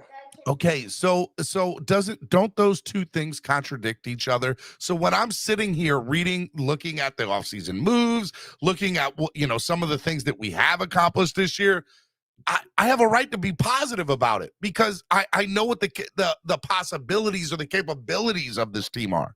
Now, when it comes to fruition, or not when it comes to fruition, when it comes to actually playing the game in the result-based league that we live in, we have not yielded the results that we could be on paper. And so that's where I don't necessarily I don't think we have a bad team. I just think I don't know what, but we definitely haven't yielded the results that showed what I was being sold. The team has obviously been underperforming, okay? Fair statement. But we have to now, the important thing is we have to ask ourselves why. Like, that's a great point that you just made, Steven. But this is why I would even urge you. Now we got to dive deep and start breaking it down. Because all day on all our channels, we talk about our feelings and this and that, what we like, what we don't like. But we got to get somewhere. And getting somewhere says everything you just said was 1,000% correct. Mm-hmm. Now, let's break down why. Why on paper we have a top 5 roster, but why in reality we have a 15th, 16th, 17th, 18th ranked roster. I mean, team. I don't have an answer for that, TD, because the reality is our team has been like that for 20 years. Now, we've never had a top 5 roster on paper. That's the easy way out. It's not, that ain't the answer. It's not the answer, Steven. There is a logical reason why. It's what they've been, TD, for the last 20 years. Okay, let's go to all of our losses. I'm not pulling that out of thin air. Steven, let's go to all of our losses, Steven. Let's start when the Cincinnati Bengals, Tua got hurt. We lost that game. Why did we lose that game, Steven? Tua got hurt, and the team that ain't the only reason we lost the game, because he started out playing bad in that game. He threw a pick and almost threw 2 more. We lost that game, in my opinion, because, I mean, after that, the team I'm going to say the team gave up for real. That's what I think. Whose responsibility is it not to let the team give up? Mike McDaniel. That's why you lost the game. Mike McDaniel, however you want to slice it. I will concede to that notion. Next game. He didn't have Teddy prepared, even though Teddy played actually well, put up a lot of yards, but threw that pick at the end with the Gesicki thing. You didn't have him prepared enough. You didn't have the team disciplined to want to fight for you and continue with you. Next game versus the Jets. You didn't have your quarterbacks prepared. Teddy was ready. He got hurt on the first play. Skyler come in like, oh my gosh, I'm playing. And a terrible game. You didn't have. We were in that game till 10 minutes left. We were in that game with 10 minutes left. Yes, but at the same token, you still didn't have the best player at the quarterback position because you didn't have your team ready. You didn't have your quarterback prepared. So again, do you put that on McDaniel again? He has to own it. These are realistic things that he has to own. So we're 0-2. Our first 2 losses of the year so far. You're putting 100% of the blame on McDaniel. The first 2, Minnesota Vikings. I actually don't chuck that up to everybody. Offensive production was off the charts, playing well. We just got beat bad by a better team at the time. And we had a bad fumble at the wrong time. Which is true too. And on top of that, we didn't okay, Waddle, is that the game Waddle blew, honestly? Yeah, Waddle's the one who fumbled that at the end of the game on the top when we were. And he had that interception. Teddy threw the interception later. Waddle threw that. Waddle threw it. That's how I look at it. I just call it what it was. That was right on Waddle, and he fumbled it, and it got picked. Waddle fumbled. Teddy threw the interception. Waddle fumbled, and Waddle also dropped the pass that ended up getting picked. You know how you catch it, but then you bobble it. So you want me to get mad at a player that was doing his hardest? Like he was like. No. I didn't care about that game. It was sad that it ended like that. It was like, man, Waddle's been so good. You know, you can't be perfect. You know, we chucked that one up. You know, it's like having an elite quarterback and he give you one stinker. Hey, it is what it is. You chuck that up. Okay. You know? Yeah. So you got 2 on McDaniel, then you got, a bad game by the player, and actually the team came to play versus Minnesota without Tua. I don't disagree with that. I don't disagree with that. I can live with your first two with McDaniel, and I agree that the Minnesota game is you're not going to win them all. You got to take certain losses as they come, and that's that one. I'll give you that. All right, now let's move forward.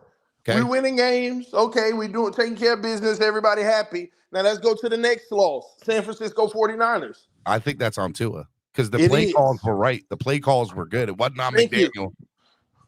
Now let's move forward. We already know that, right? We got two McDaniels. We got a player that deserves a pass, and now we got Tua. Now let's move forward to the Chargers. That's the you can't throw 25 yards and a half and expect to win. Now I think I will say this. They didn't make great adjustments at halftime either. And guess what, Steven? You would be wrong. You would be absolutely wrong when you go back and you analyze that game. We need to run more. Mike McDaniel ran the ball every series, but we couldn't get the yards. And at the halftime. Second off, they made adjustments. They guarded the middle of the field. Mike McDaniel dialed up a lot of out routes, a lot of posts, and Tua wouldn't throw it. Wide open, staggered receivers. He wouldn't throw it outside. I mean, if you want me to say Tua lost that game, I'm fine with that. Like, I have no problem with that. He did because he played poor and the opportunities were there. All right, so right now we got McDaniel with 2 losses. We have one of those, like nobody's perfect. So exactly, and then 2 on Tua. And 2 on Tua. All right, let's keep going. Now you go to the Buffalo game. This is a team loss. No, sir. Yes, sir. It's not Tua. Tua did everything he could to win that game. See, this is where y'all biased. Team ready to play, cuz. Nope, this is where y'all biased. Boyer. No, excuse me. This is where y'all biased. See, this is where y'all want to give Tua credit because of a completion percentage. Let me tell you something. I evaluated that game over and over, and everybody out here with this narrative, Tua played well. Tua threw those 2 touchdowns that made y'all happy. Outside of that, he did not have his best game. You know why? He showed up in a cold weather game. I'm not putting that on Tua, cuz. Listen, in the end, hear me out, Steven. What y'all fail to realize about that Buffalo game, it was one of Tua's worst ball placement games. It was one of his worst ball placement games. Just go watch the film. We already did the breakdown. Terrible ball placement. And everybody wanted to say it was because of the quarterback rating of over 100. He threw for 2 touchdowns, no interceptions. Steven, I don't care that you had a 100 rating when you had an opportunity to have a 125. And a buttload of drop passes. Thank you. And this is my point. Go look at PFL. 7 drop passes, and they say 2 of them are the receiver's fault. And some of them were big-time opportunities for touchdowns that he blew because of his terrible ball placement. The ball placement was horrible in that game, Steven. There were 7 drop passes, and only 2 of them were the receiver's fault. Now, I give you, the sure field in the end zone slide. 2 things. Tua did not have the great game that everybody trying to make it out to be. He threw those 2 touchdowns. He had the best game he's ever had in minus 50-degree weather or in 50-degree or below weather. Steven, that still ain't saying much. At the end of the day, in a game in December like that, you got a duel with Josh Allen. He did enough to win that game. He did enough. In a game like that, you got a duel with Josh Allen. You got to be better than that. Let me ask you this question. Could Tua have played any better? I'm not blaming it on Tua. I'm just not. We're going to agree to disagree. Could Tua have played any better? Yes, he could have. End of the freaking discussion. No, it's not. He played good enough to win. No, he didn't because he didn't win. Do you realize the statement you did enough to win requires for you to win? Who are you blaming that loss on? That loss is on the team. Overall, the defense didn't play its best. And the offense, the ball placement for Tua was horrible. Mike McDaniel made some terrible play calls. Time out. Let's compare the Buffalo loss to the Minnesota loss, because right now you're saying the Minnesota loss was a team loss, right? No, the Minnesota loss was things happen. The Waddle blunders. We should have won that if Waddle didn't make those mistakes. Okay. And in the Minnesota game, our quarterbacks had excellent ball placement. Let's give the Minnesota loss a term. You're saying the Minnesota loss is one of the, like, a non-perfect season loss. Like you're just gonna have those games. Exactly. Right? One player. You're saying in the Buffalo game, it's 100% on the team because it was a multitude of things which exactly. It allowed them. wasn't just Tua. It wasn't just think it was Tua. Tua at all. Personally, well, that could be your opinion. All I'm saying to you is we have learned in the NFL dealing with Tua Tagovailoa why ball placement is critical. When you look at those drops, how many of them were in tight coverage and the ball got batted out of receiver hand because they got to reach back? We don't pay attention. I don't know why this fan base never pays attention to this man's ball placement. You think just because it's a completion that it's great execution. You have to have excellent ball placement because when they play you tight, late in that game, Buffalo was batting down passes. They almost had a pick six in the flat when we tried to force it to Tyreek. Terrible ball placement in that game. We missed out on a lot of yards after the catch. We went over it in the all-22. Tua threw those 2 touchdowns to keep us in the game, and it blew y'all mind and made you think, oh, he's having a great game. 2 plays. The man had terrible placement in that game, and that was a big issue. We're going to agree to disagree. I'm going to say that the loss is on drop wide receivers and defense. And like I said, you never want to dive deeper, Steven. You never want to go look at those drop passes and look. You never want to go look at those drop passes. Let's keep going to the look next how game. They're too high, how they're too low. Let's go to the next game. After Green Buffalo, Bay. Green Bay. We already, and that's the same. It's all on Tua. It ain't on nobody but Tua. It's on Tua. Nobody but Tua. So Tua has 3 losses. Tua has 3 losses. The team has 1. And just, you know, a season like you're just not going to be perfect has another one. So that's a total of 5. We're still missing. We're still missing some, right? That wasn't a total of 5. I'm doing that. We new had math. Daniel 2. We had 2 or 3. We had the team. It happened. Oh yeah, okay. McDaniel so 2 or 3. And then you don't want the Buffalo game. Yeah, we're gonna agree to disagree on that. Yeah, that's fine. All right, so the Packers game we agree on, right? The Packers game we agree on everything except the Buffalo game. Okay, and then after Buffalo is New England, and who do you put New England on? Mike McDaniel. You didn't have your squad prepared yet again. You got your quarterback, and to be quite honest with you, Teddy was actually playing well until the pick 6. Teddy was playing good football until the pick 6. Can I say that I put this loss on Jason Sanders? No. Kickers miss kicks. I mean, if you ever put a loss on your kicker, unless you had a perfect game and the other team had a perfect game and it came down to it. But no, there was too many other factors in this game, too many other turnovers in this game. That pick 6 was massive. But Teddy was playing good until that point, and it happens. But whose job is it to have the backup ready and to play well? Because the backup has no huge expectations. Whose job is it to have that backup ready and to play well? I have a difficult time putting yesterday's loss on McDaniel. I don't know. I'm not saying I agree or disagree. Then tell me who you put it on. I mean, the person that comes to mind is Jason Sanders. Like for me, it's Jason versus a pick 6 from Teddy. But that pick 6 from Teddy didn't only take points. Quarterbacks aren't going to be perfect either. Like you want me to put the bigger than the field goal, Steven? The pick 6 is bigger than the field goal. The pick 6 was bigger than the field goal. So how are we gonna say Sanders?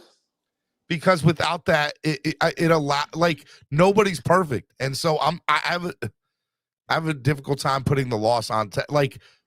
I'm not putting in.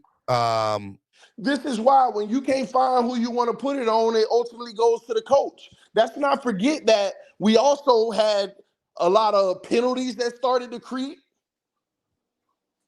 All right, hold on real quick. I got Cameron in the back room. He wants to say something to you. Mm-hmm. Hello, Cameron. What's going on, man? I am enjoying this day out here on the beach of Marco Weiler. Well, thank you for rubbing it in. Meanwhile, it's freezing up here in Baltimore. Yesterday's past us. Well, all we got to do is worry about next Sunday, right? All right, real quick, who do you put yesterday's loss on? I agree with TD, man. It's McDaniel. What? And I I'll thought you tell were coming why. up here to Like, disagree with them. no, I'm not at all, because McDaniel's his lack of preparation, as TD had just mentioned, and getting the backups prepared to play. Listen, and it goes because the poop rolls down from the head, right? Shit stinks from the head. And you can blame Boyer for not having his men in condition with that TD pass where Riley was, calling out the quarterback, why aren't you covering this wide out? And then Mac Jones, Thank you. No, recognized that's it the game and right stepped there. all Thank you, Cameron. right away. Thank you, Cameron. That's the game right there. You see, you got to uncover me and you don't 100%. call a timeout. 100%. You got to call the timeout. You see Riley over there signaling to KU, whoever it was, to get over and guard that guy, and no one was listening. Boyer or McDaniel or somebody should have called a timeout. Cameron, being excited about sneaking into the playoffs to get routed by Kansas City in wild card round as peak Marlins fan. Hey, level 2 ain't wrong, man, because Bro, listen. Hey, Steven, it's on Mike McDaniel. So what's the count? All right, I'll concede. I'll concede to that. What's the count, Steven? So the count is 3 McDaniel, 3 McDaniel, 3 Tua. 1 we don't agree on. 1 we don't agree on with And Buffalo. 1 it just happens. Yep. What's the common denominator? 8 losses there. What's the common denominator? And let me say something. 3 and 3. Tua and McDaniel. No. And I agree. I also think that McDaniel gets a pass because he's a first-time head coach. He don't get no pass. They ain't get a pass. He does get a pass. No, you think Nathaniel Hackett got a pass? McDaniel Hackett never should have got a job to begin with. Bring it to me. Let me see. What? Say that again? Nathaniel Hackett never should have got the job to begin with. Well, Flores should have never got fired to begin with. Saying this. That's true. That is true. But honestly, like, I don't care. I don't care about getting blown out in the first round because you're playing hypothetical right there. The goal of this whole season is to win a Super Bowl. Number 1, you got to get yourself into the playoffs. The goal this season was to get into the playoffs and win a playoff game. And if you no. that, the goal of every season is to win a Super Bowl. I don't care if you're. Can we make the playoffs and win a playoff game first, Cameron? We haven't done that in 20 plus years. But Steven, the goal is to win the Super Bowl. You have to get yourself into the playoffs to reach that goal. All right, that goal is still attainable by some far stretch of the imagination, but it's still attainable if you win next Sunday. I refuse to have hope, Cameron. I won't be lied to anymore. Lies don't live here no more. I'm not gonna do it. Not gonna happen. It's not gonna get me with hope. Not gonna have Steven, hope. Again, bookmark this because when the Dolphins creep their way into the playoffs, you're gonna be flip-flopping again next Monday. I told y'all I would. Y'all called me a celebrity, but Cameron on the beach on a Tuesday. A Monday. That's all you need to know. Cameron, what you doing, man? You at the beach on a Monday, man. What are you doing? My daughter doesn't have school this week. My wife's on vacation until Wednesday, so I got my computer over here in case anybody needs me for work. Because I got like that, I can work from wherever. You get on. Hey, so real quick before I let you go, Cameron, it's known that TD's now a celebrity. Did you know that TD was a celebrity? Only in Nick Hicks' mind is he a celebrity. No, only in Nick Hicks' mind.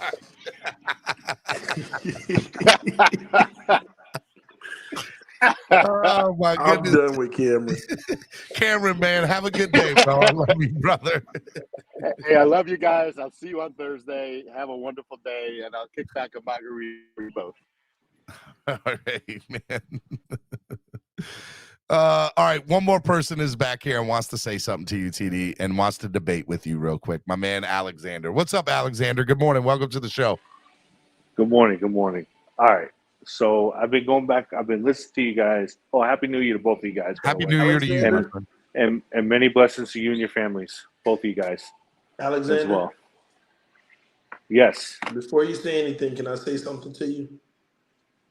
TD, I already told you I was off the tour train. All right. No.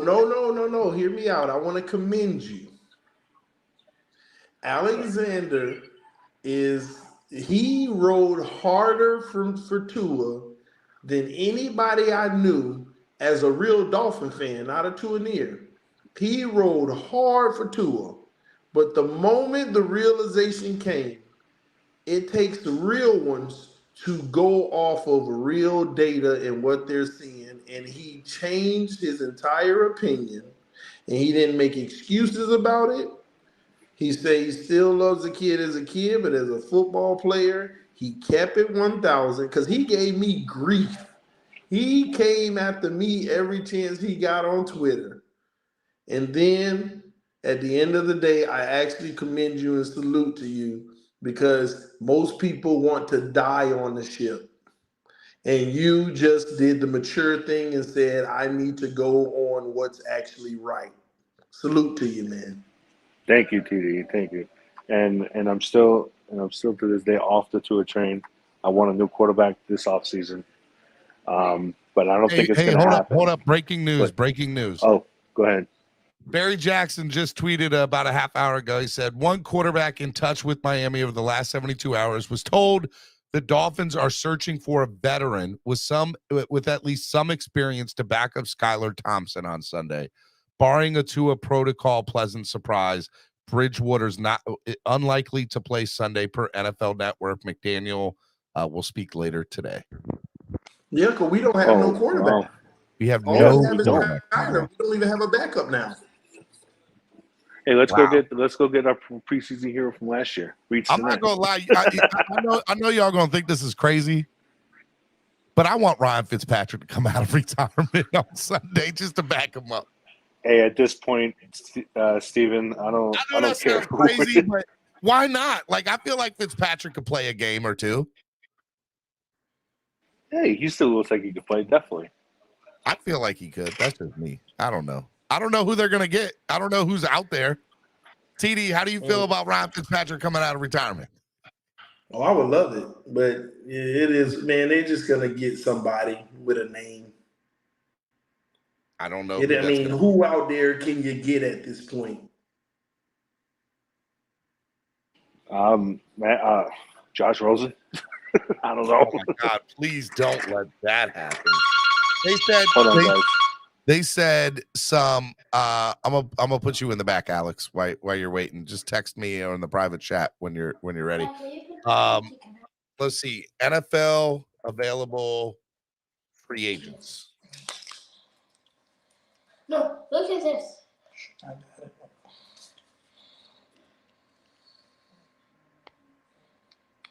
Quarterbacks.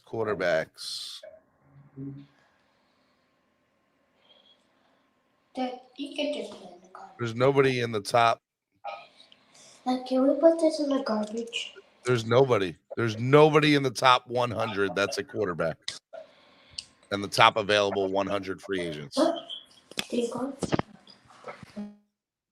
QB. Well, I'm not surprised. Ben Roethlisberger. Nah.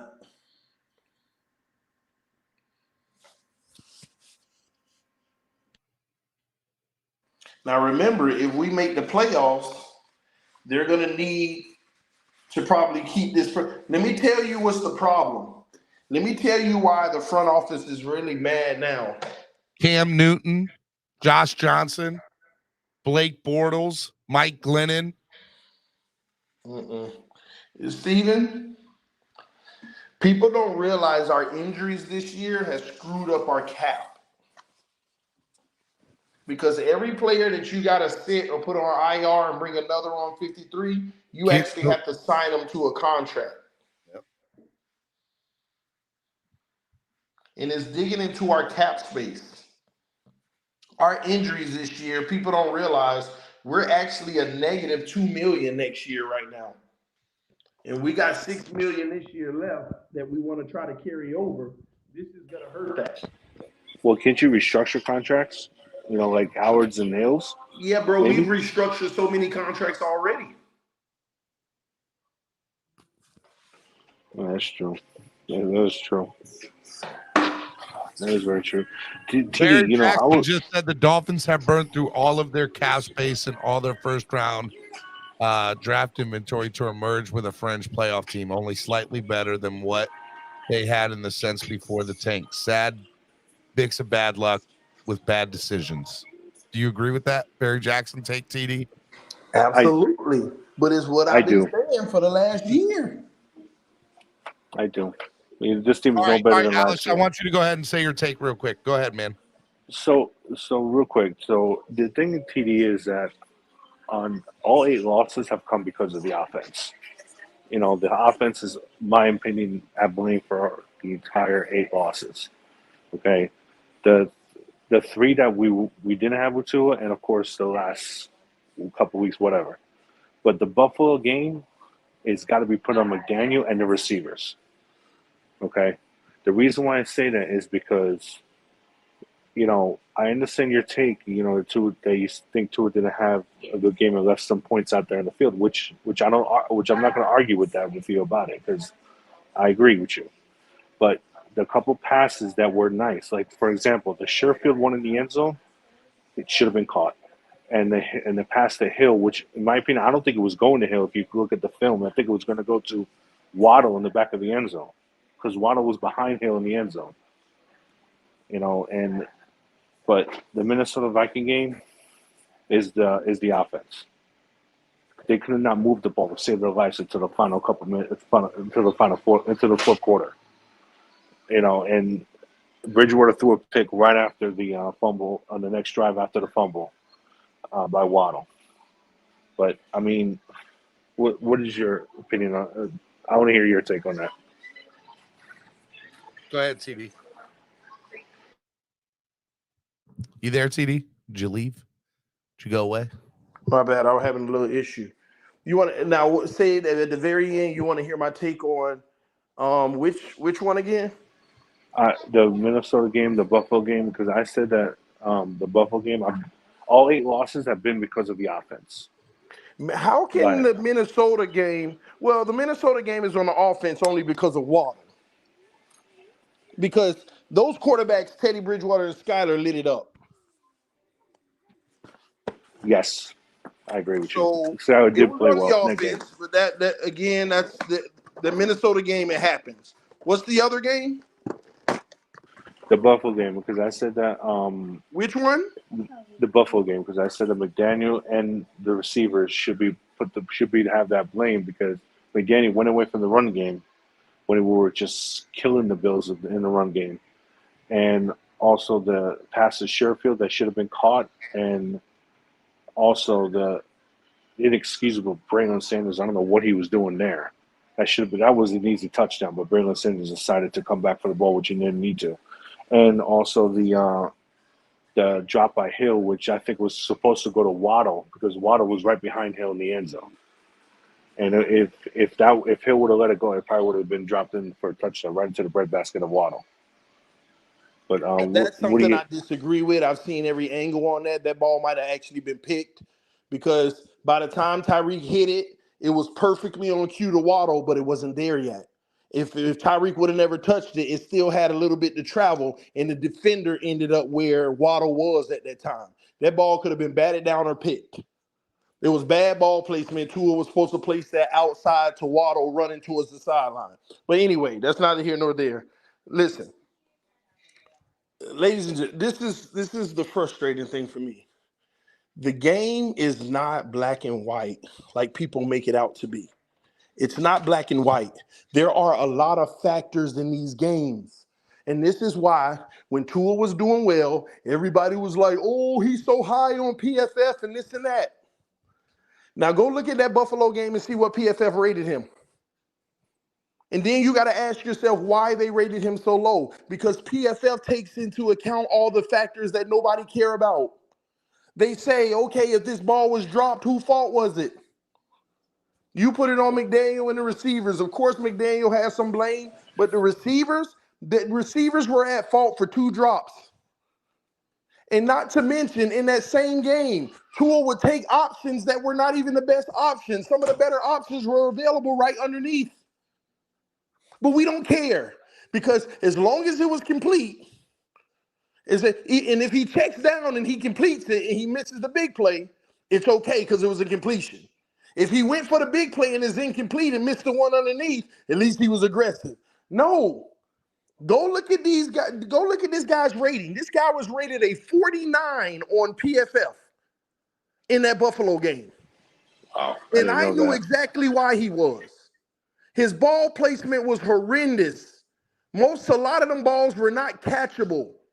The Sherfield one, you didn't even need to put low, but Sherfield should have caught it. I agree with that. Sherfield definitely should have had that. He should have caught it, but you didn't need to put it low. You did not need to put it low. That Tyreek one, see, and let me tell you what's even funnier about that Tyreek one in the end zone.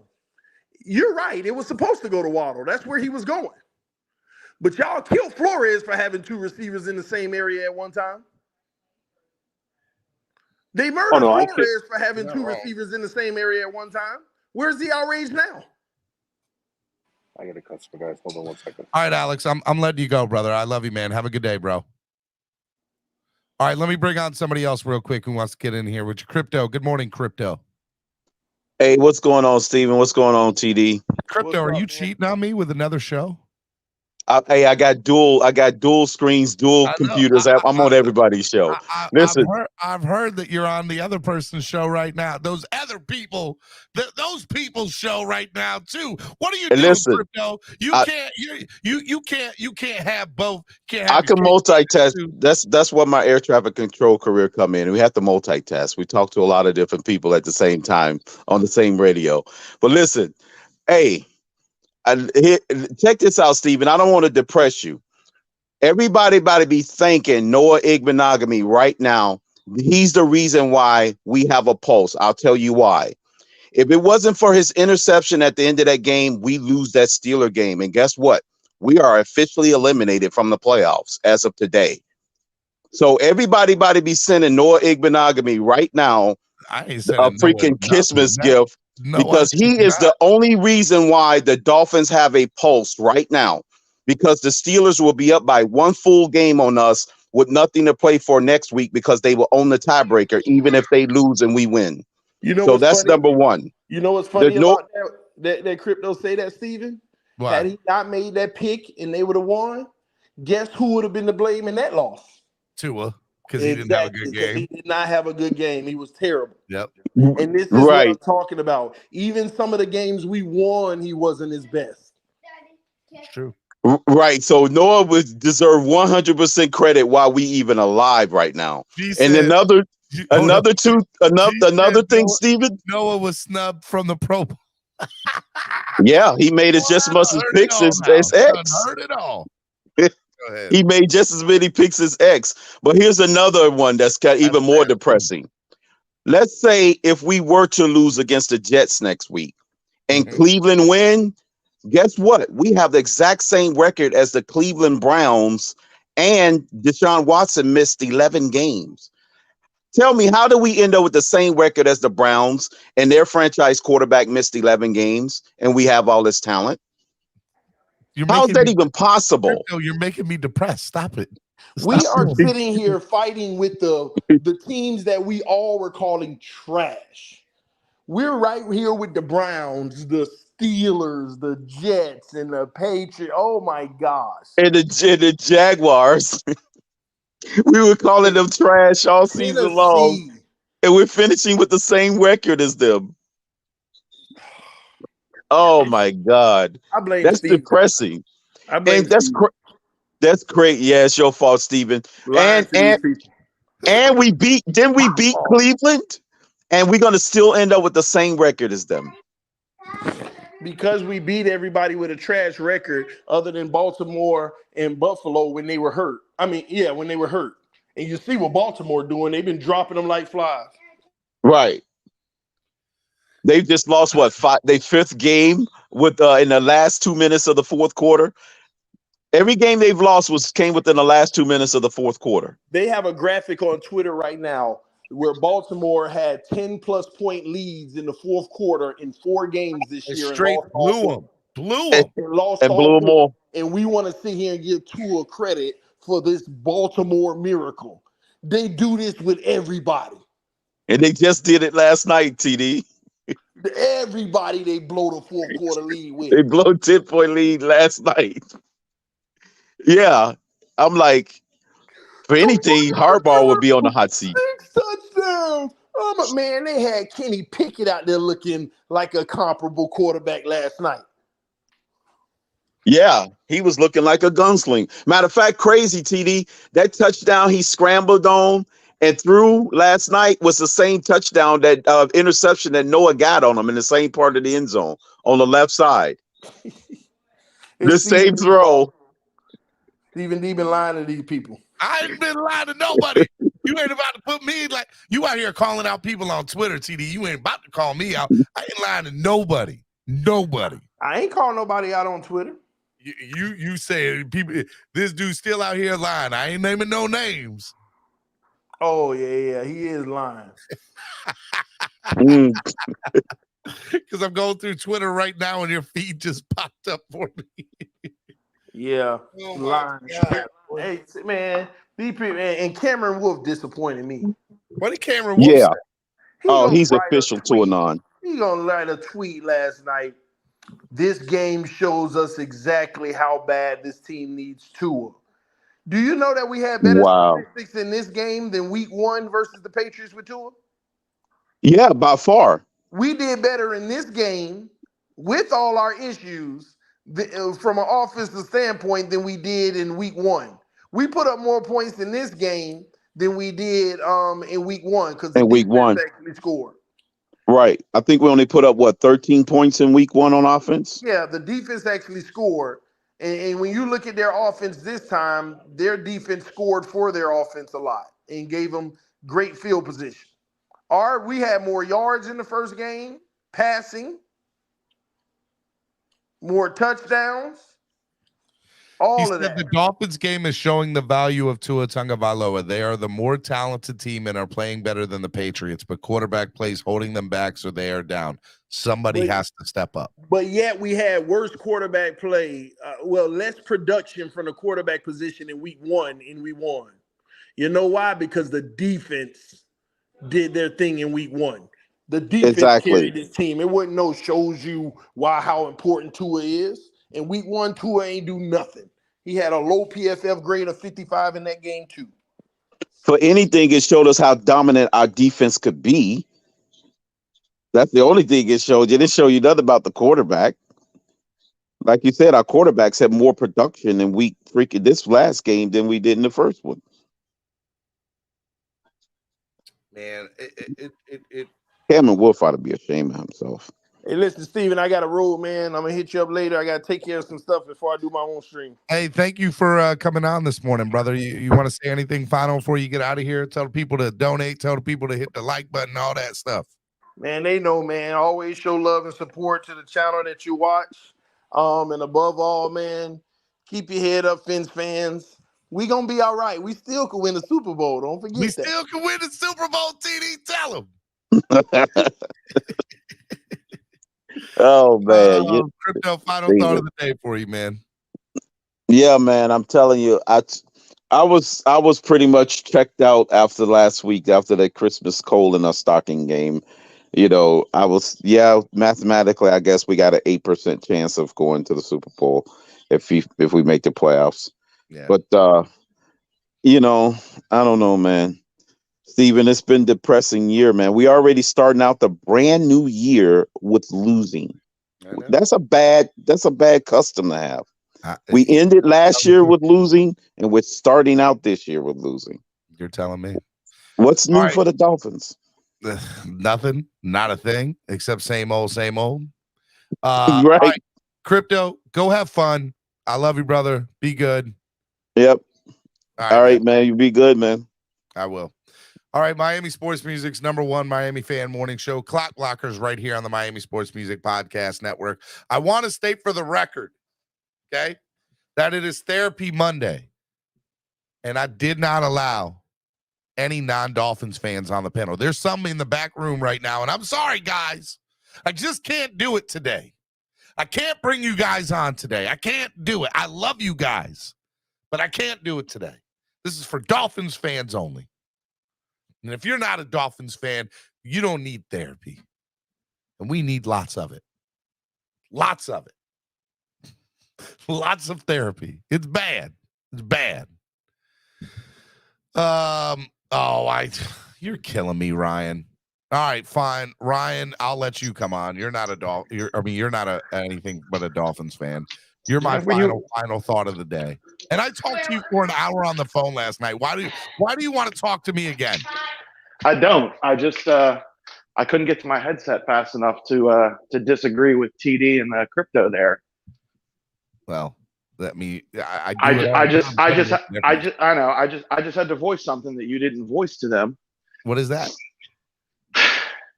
You can't compare a week 17 offensive performance to a week 1 offensive performance in a new system. Them saying our offense played better with Bridgewater and Skyler yesterday than Tua did against New England in week 1 doesn't matter. A brand new offense with brand new players, brand new line, they never are up to snuff in week 1, week 2. It takes weeks for those offenses to get everything going right. If they had played in week 6 and put the same performance as they did in week 1, then that could be a comparison. But week 1 to week 17 with a new system and new players, they don't even know what they're doing with how they're using Tyreek Hill. They have different running backs on the roster now than they did then, for crying out loud. Like, it's not comparable. I made arguments to them. They just didn't listen to my arguments, Ryan. Well, that's the only argument you needed to make. Ryan, get out of here. I got stuff to do. I talked to you for an hour last night. I love you, brother. I just wanted to get on and bug you. Love you. Bye. All right, bye. All right, man. Miami Sports Music's #1 Miami fan morning show. Clock Blockers right here on the Miami Sports Music Podcast Network. Do me a favor, hit the like button if you haven't done so already, and donate to the channel. Help the channel grow. We can't grow without your help. There's a lot of things we want to do, and your donations go to helping that happen. So if you haven't donated, please do. It helps. If you're not able to donate monetarily, you can help, by sharing the stream, sharing this link. I know today's show is coming to an end here, but you can always share the link of today. Remember, tomorrow is Hot Take Tuesday. Myself and the man Nando Talk will be on tomorrow. We're going to hang out. We're going to have a good time. Remind you all, I believe Nando Talk's coming back tonight. So Nando Talk should be on later on this evening. Should be good to go. Hopefully all the shows will officially be back this week. I know CB83 was back last week. Man, he had a hell of a show. Shout out to CB83. Love that guy. He's absolutely the man. Batman should be back this week. Jason Sarney should be back this week. They all should be back this week. So we're back to normal schedule. We should be good. I love you all. You're all the best fans in the world. Thank you so much for supporting the show and everything. And let's keep it moving. Let's keep it going. I know this game sucked. It wasn't a great game.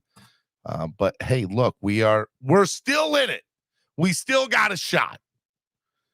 I don't know what type of shot it is, but it's a minute one. It's a small one.